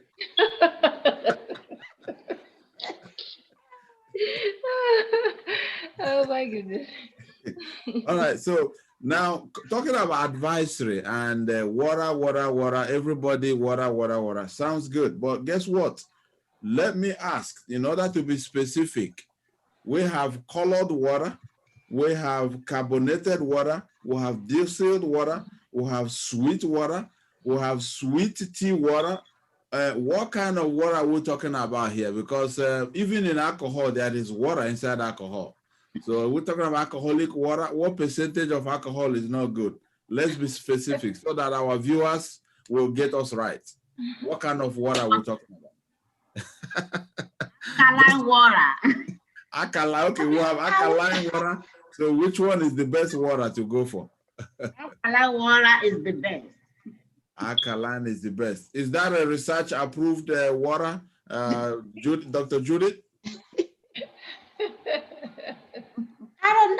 I would not say it's a research approved water, because not everybody might, you know, might afford, you know, not everybody can afford it. But what I believe in is, I believe in, some people will say buy bottled water. Personally, I don't believe in that. I believe in it is either you boil your water or you can get a filter and filter your water. So whether alkaline or whatever you think is good for you is your pocket, you know. But regular water, I'm sorry, I'm going to raise mine up. Regular water, this is regular water I put in here. So regular water is okay as well. Dr. Florence says alkaline water, so she has actually given that to patients. So she knows more about that than I do. I go for regular water for those that cannot afford alkaline water. And talking about the alcohol, according to research, actually, experts, for those, we're trying to discourage women from drinking alcohol. But according to research, experts, you know, say that women can have no more than one alcoholic drink a day, you know, and maybe that might be 12 ounces of beer or 5 ounces of wine, or, you know, 1.5 ounces of 80 proof distilled spirit, which is hard liquor. But you know what? Remember, your health comes first. What you eat is what you are. So I don't know if I answered about the water, Mr. Casey, or not. Yeah, you did. Absolutely. It sounds like Dr. Kate wants to chime in. Go ahead. Yeah, she's right, because the U.S. National Academy of Science, Engineering, and Medicine proposed that for daily use of alcohol, 15.5 cups, which is 3.7 liters a day. So what does it do? It helps to flush our system. Actually, taking 8 ounces of water first thing in the morning goes a long way in helping. First thing in the morning, drink water. You're gonna see, actually it helps to lose weight too. Then talk about water. Okay, sometimes when we feel that we're hungry, probably it's not even hunger. Drink water before you eat. For people that are trying to lose weight, I know it's not easy, but you know what? There are steps that you can take that will help you minimize how much the quantity of food that you eat. Like first drinking a lot of water before you start eating. Water fills you up. So your body don't have to go into, oh, I have to eat to get food. But you're gonna eat in the sense that you already water already occupies some of the space in your stomach. I'm gonna use that word, plain word.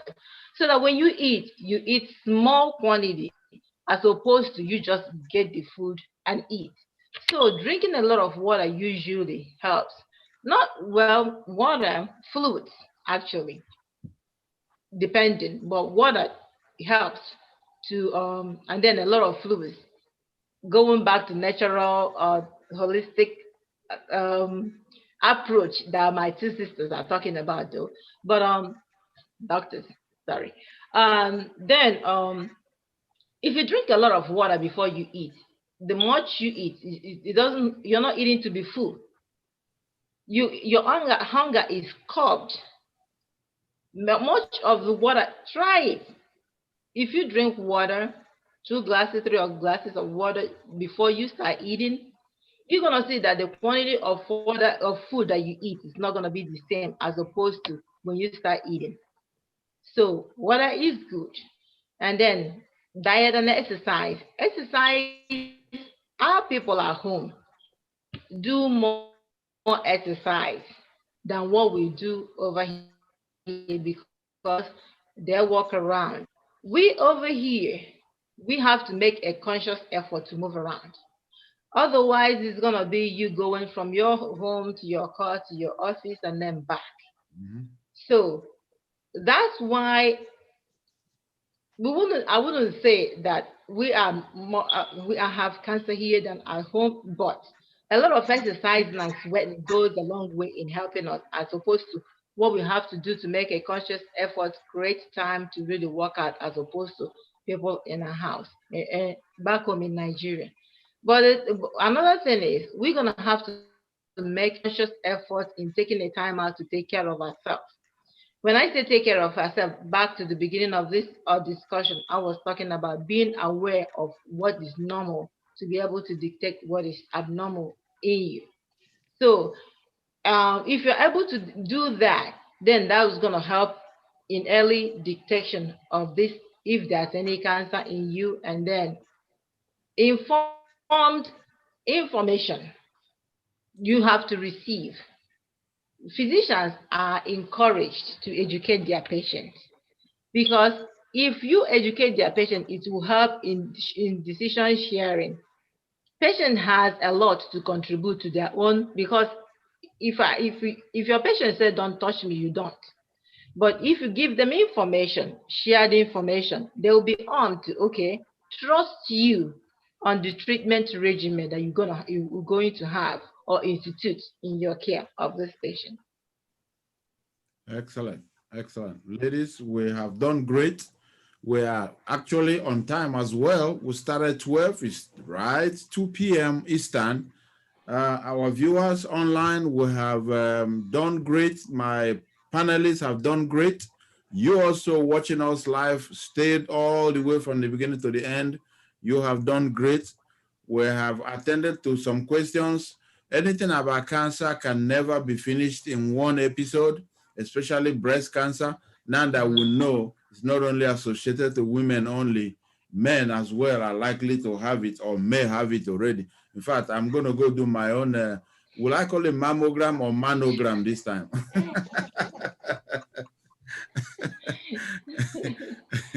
So we have done noble, and send us your text, even though the episode may be going offline, but go ahead and put your chat in there.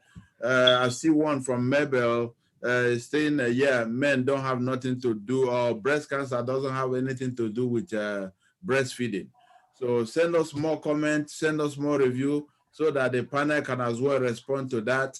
We'll be doing our closing remark in a moment. so that we can bring it to an end for a pause at the moment. That way we can reunite, and if we have to do part 2, we'll do part 2 again, following the viewers' comment. So let me start with Dr. Florence Aiken. You have done great. You have delivered, as always. I know that you work with Amazing Natural Health here in Atlanta or by Austell, Georgia. Give us your closing remarks as far as everything we have said today relating to breast cancer associated to either family-based, acquired because of mom had it or dad had it, and educate our viewers going forward on how to stay healthy against breast cancer and any form of cancer in general. Go ahead. Thank you very much, all the viewers. Thank you, all the doctors, Dr. Judy, Dr. Kate, and also the ambassador, the producer. We thank you very much for everything. Yeah, so like we said, diet is just the key. But like Dr. Kate told me that because she's in Missouri, maybe the doctors in Missouri, they will advise their patients to change their diets before they can start giving them medication, which is very good. But here in Georgia, a lot of the patients that are coming to me, they are telling me that their doctor never told them anything about diets. But they just tell them, okay, you have high blood pressure. Okay, try this medication, come back in 3 months. Wow. Then if the medication is not working, then they go back again. Oh, try this one, come back. You know, but not about the diet, because diet is the key. So if you can do it very well, you know, all the people looking at us, watching us, that change your diet is very, very important. You change your diet, you know, eat what is right. And also you that are taking care of children, that you have some children, like me, all my children, you know, they are grown up. So they are all, no, they don't live with us in the house because they are grown up. So tell your children not to drink soda, all this Coke, Coca-Cola, all these things, because these are not good at all. Even there's some adults that they drink Coke. What is it? Drink water, for goodness sake. You drink water, you eat right, you know, vegetables, you do smoothie when you wake up in the morning, after, you know, you pray, thank God for another day, you know, then you do smoothie. Smoothie, like you put so many, you know, for your smoothie, you can use all the berries with banana, you know, blend them together and take for your breakfast. And then, you know, eat plant-based food. You know, like all the vegetables, the plant-based, you know, carrots, you know, cucumber, all these things, you know, do them together, eat. And then try to eat before 8 p.m. Because some people, you know, I used to do that before, you know, when I'm very, very busy, maybe eat around 10 p.m. or 11 p.m. But that's not anymore. I stopped that I have to eat before 8. So if you eat before 8, you got to, the food will digest. But if you just eat and then go to bed, the food is not digesting. That's why some people, you know, that eating meat, it takes 7 days for meat to digest from your system. And then they have colon problem. So that's why they have to go to the, you know, where they do colonic to cleanse their colon. Because colon cancer starts from there. If you have a lot of food in your colon, you are not digesting your food, then you'll be uncomfortable. Then what are you doing? Because the way you are eating, because you eat late, and then you eat a lot of beef. Beef. You know, in Africa, the beef they have over there, they are grass-fed. They are eating grass. But here in US, the cows, they are eating another cow. So that's why it's not good, you know, to be eating, you know, all this. No, the fish is very good. Seafood, they digest easily. But all those fish, it takes 7 days to digest. And so you change your diet, you eat right, you drink water, and then you'll be fine. By the grace of God, because God is always in control of our lives. You know, so God knows when we'll be here. Nobody will be here forever. You know, but God will give us long life if we do well, we eat well. And then, and another thing that Dr. K said, people are dying because of fear of unbelief. Fear, people are so fearful. Somebody said, you have 2 weeks to live or 3 weeks to live. You just say, God, you are my God. You are the one who created me. Please help me with this cancer. I don't want to die young. I will not die but live. Just have that faith in you. You will not die. But if you are so fearful, oh, they told me I'm going to die. Oh, I can't eat anymore. I'm ready. No. That is fear. So fear is not good at all. You have to have faith. They all stand FF. Fear, faith. So have faith in God instead of having fear. And don't be fearful. And eat right. And it shall be well with you. In Jesus' name. Thank you so very much. Thank you so very much, Dr. Florence Aiken. You mentioned quite a few points that I'm going to bring in Dr. Kate Ago when she's doing her closing remarks to touch up on water and soda and eating before 8 p.m. and all that. Dr. Kate, some of my friends, one of the arguments they make or their reasoning is that the food that we eat and the water like alcohol or all the liquid that we drink go different routes. They say it goes different routes in the body. So they take the alcohol to send the food, it give you safe journey, you know? So if they don't take it after eating the food, the digestion won't start. Oh, no. So are you believing that we shouldn't be giving the food safe journey in our body when it's traveling down with a glass of wine or a glass of liquor and stuff like that? So We give can us do your that closing. with water. Give us your closing remark and they have beer belly. Their belly is so big and they are not pregnant. They are men because of all this alcohol. Beer belly. Beer belly. Food. Excellent. Well, we're in to get more information so we can pass it on. So, Dr. Kate, give us your closing remarks, please. Okay, viewers, this month is dedicated to Breast Cancer Awareness Month. What does that mean? Making more knowledge, giving information, making people aware of breast cancer. Okay, if you become aware, prevention of breast cancer, there is no sure way of preventing breast cancer, but there are certain things which are modifiable risk factor that we are able to modify to lower our risk of getting breast cancer, which we already talked about.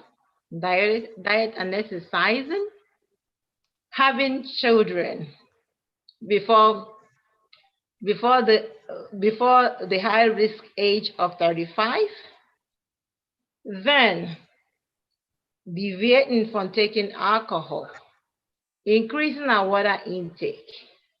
But cancer comes with age and being a female. Those kind of risk factor we cannot modify is there. Being a female has already put you in the position of having breast cancer. But things that you can do to help yourself is modify the modifiable behaviors, and then then go from there. Speak with your physician, get information concerning your condition. And when you find anything that is not normal from what you know about your breast and what you're finding out right now, please talk to your physician. They have knowledge and tools to help you get to where you need to be. Proper diagnosis and proper treatment for your disease condition. Thank you all so much for viewing and watching us. Send your question to the moderator too, though. We would like to answer. We short of time. I could have loved to talk about the treatment, but probably like Dr. Judy said, maybe another time. Excellent, excellent. Thank you so much, Dr. Kate. We will be moving to Dr. Judith Obona to give her closing remarks. I know she did mention quite a few things here as far as eating right and the research conflict with the practice conflict. So Dr. Judith, give us the documented and undocumented approach once again on how we can do things right and who do we listen to, the research or the doctors? Take it up.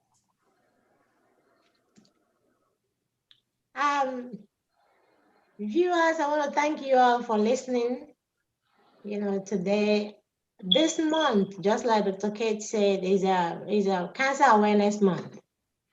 If you all notice, we are wearing some kind of pink, which in United States, that is what we use to signify, to promote cancer awareness. As we have mentioned earlier about the breast cancer, we've mentioned, you know, it's because of time. That was why we specifically focus on breast cancer. There are so many cancer diseases out there, but the main one we looked into today was breast cancer, or is breast cancer. And for this breast cancer, a lot of people are being misinformed out there, or maybe because they don't have means of getting the right information. Especially if I have to say, some people that are in the rural areas. Oh boy. Just one last chance, if you don't mind. You never know. We could have saved their life with that. Omega Studio, Casey, can I help you?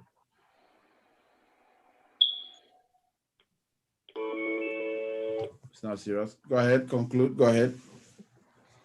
Go ahead. Okay. Sorry about that. Like I was saying, breast cancer, as we all know, is very, very serious. All cancers, all sicknesses and diseases are serious, especially because I know there are so many women out there that are going through this cancer, this breast cancer especially, in different stages. But how do we prevent this? The ones you can prevent, you prevent by eating right, doing exercise. I had when Mr. Casey says somebody sent a message that breastfeeding has nothing to do with cancer. What we said is this, or what we are saying is this. Male. If you breastfeed, for women, if you breastfeed, it helps lower your risk of getting cancer. That was what we said. Eating right, exercise. Of course, males cannot breastfeed, so that one is out of the picture. But eating right, doing exercise. Dr. Kate mentioned about drinking 8 ounces of water, you know, every day. In the morning. No, every morning. In the morning. And I will say this: it's always water. encouraging to drink, if you can, warm water every morning before you eat, and warm water at night before you go to sleep. It helps to flush your system.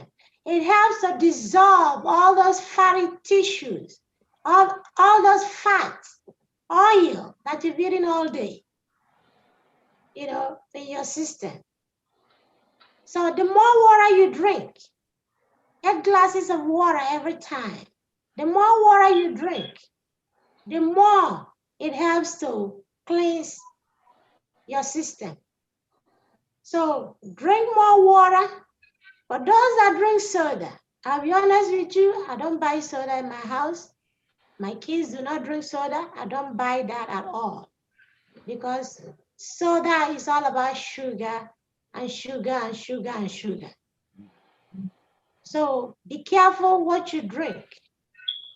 Even some of the juice that you see out there, they have a lot of sugar in them.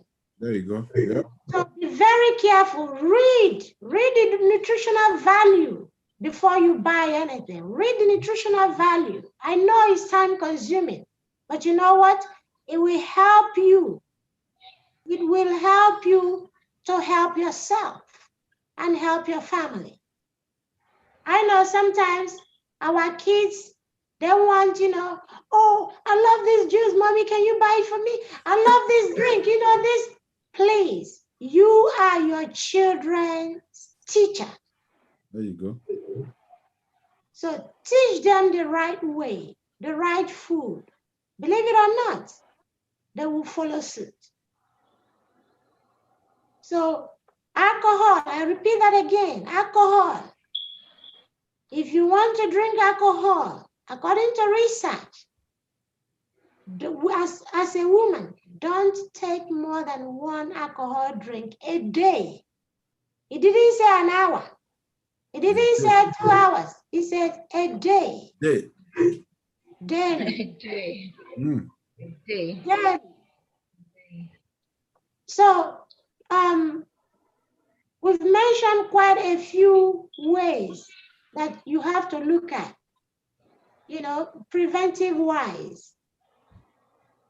But we have to understand as well that genetics, you cannot prevent that.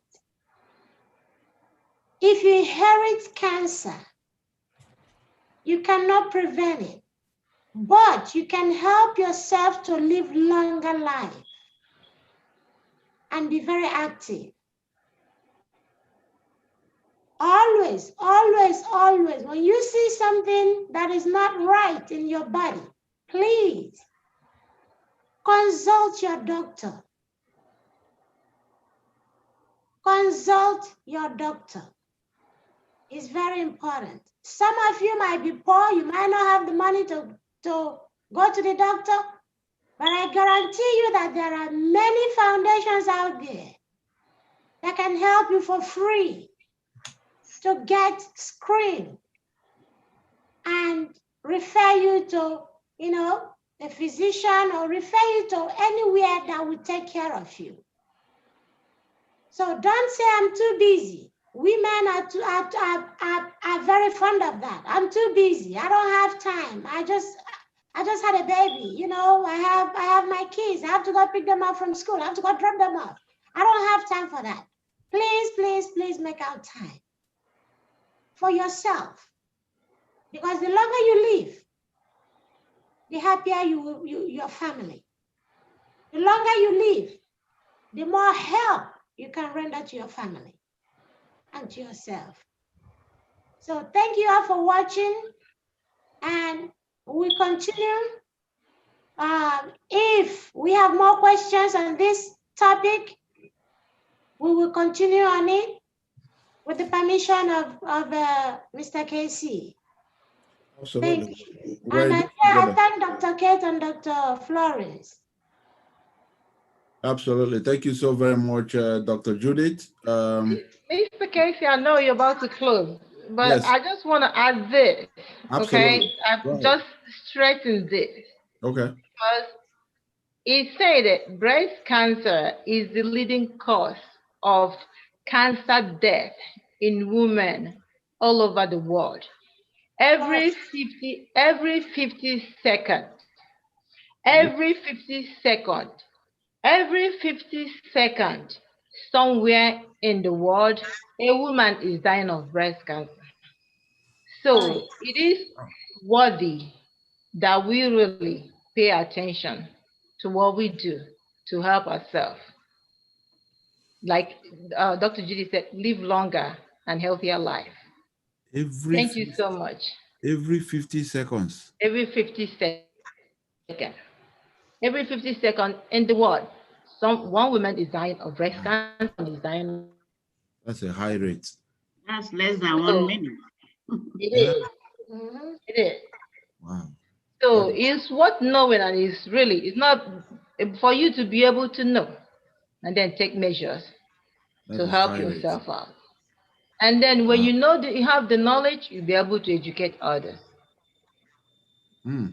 Yeah, just like we have on our chart, it said, moderator, please, breast cancer has nothing to do with breastfeeding. I guess we just rescued somebody there by telling them from everything we have gathered here that is breastfeeding can reduce the chances of breast cancer. Am I right?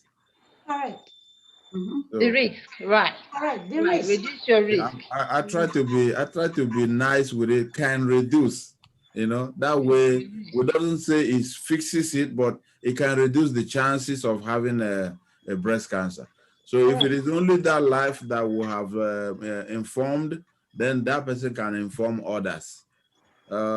Gentlemen and ladies, we have done so well. We want to say a special thank you to Global Community for Family Health Foundation, coordinated by Dr. Judith and Dr. Kate. We also want to say big thank you to Omega Studio for moderating and bringing this to a lamb's light to reality. Want to say big thank you to Dr. Florence Aiken with Amazing Natural Health for chiming in. She has always been a great supporter of anything that Omega Studio does as far as what can save a life and what can make our life a lot more easier. We'll say thumbs up. Thank you so much. We want to thank you, our viewers, for staying on. You have had it all. If you have any further question, you can call. If the studio goes back live, because when we come back to part 2, we're going to have to review all your questions. If you can send us a text on that chat screen, do that. That way, even the panel, they can see it and respond from wherever they are. Other than that, we're going to be ending the YouTube broadcast so that my panelists can take the last breath, because it's not easy staying on live TV for that length of time. It's been nice having you guys ready, and we have done so great. So I just want to say thank you one more time for all my panel members here that have helped to coordinate this and make it happen the way we have done this afternoon. Thank you for having us. It's been great, and we look forward to doing the part 2 pretty much soon, because I know this is a topic that we can finish in one sitting. Other than that, yes, other than that, we just want to say thank you so very much for staying up and staying late and giving us part of your weekend. Thank you again, Dr. Judith. Thank you again, Dr. Kate, and thank you, Dr. Flo. Omega Studio here, Casey Kingsley, the moderator. If we have done well, give us thumbs up. Thank you and have a blessed afternoon. Thank you. You too.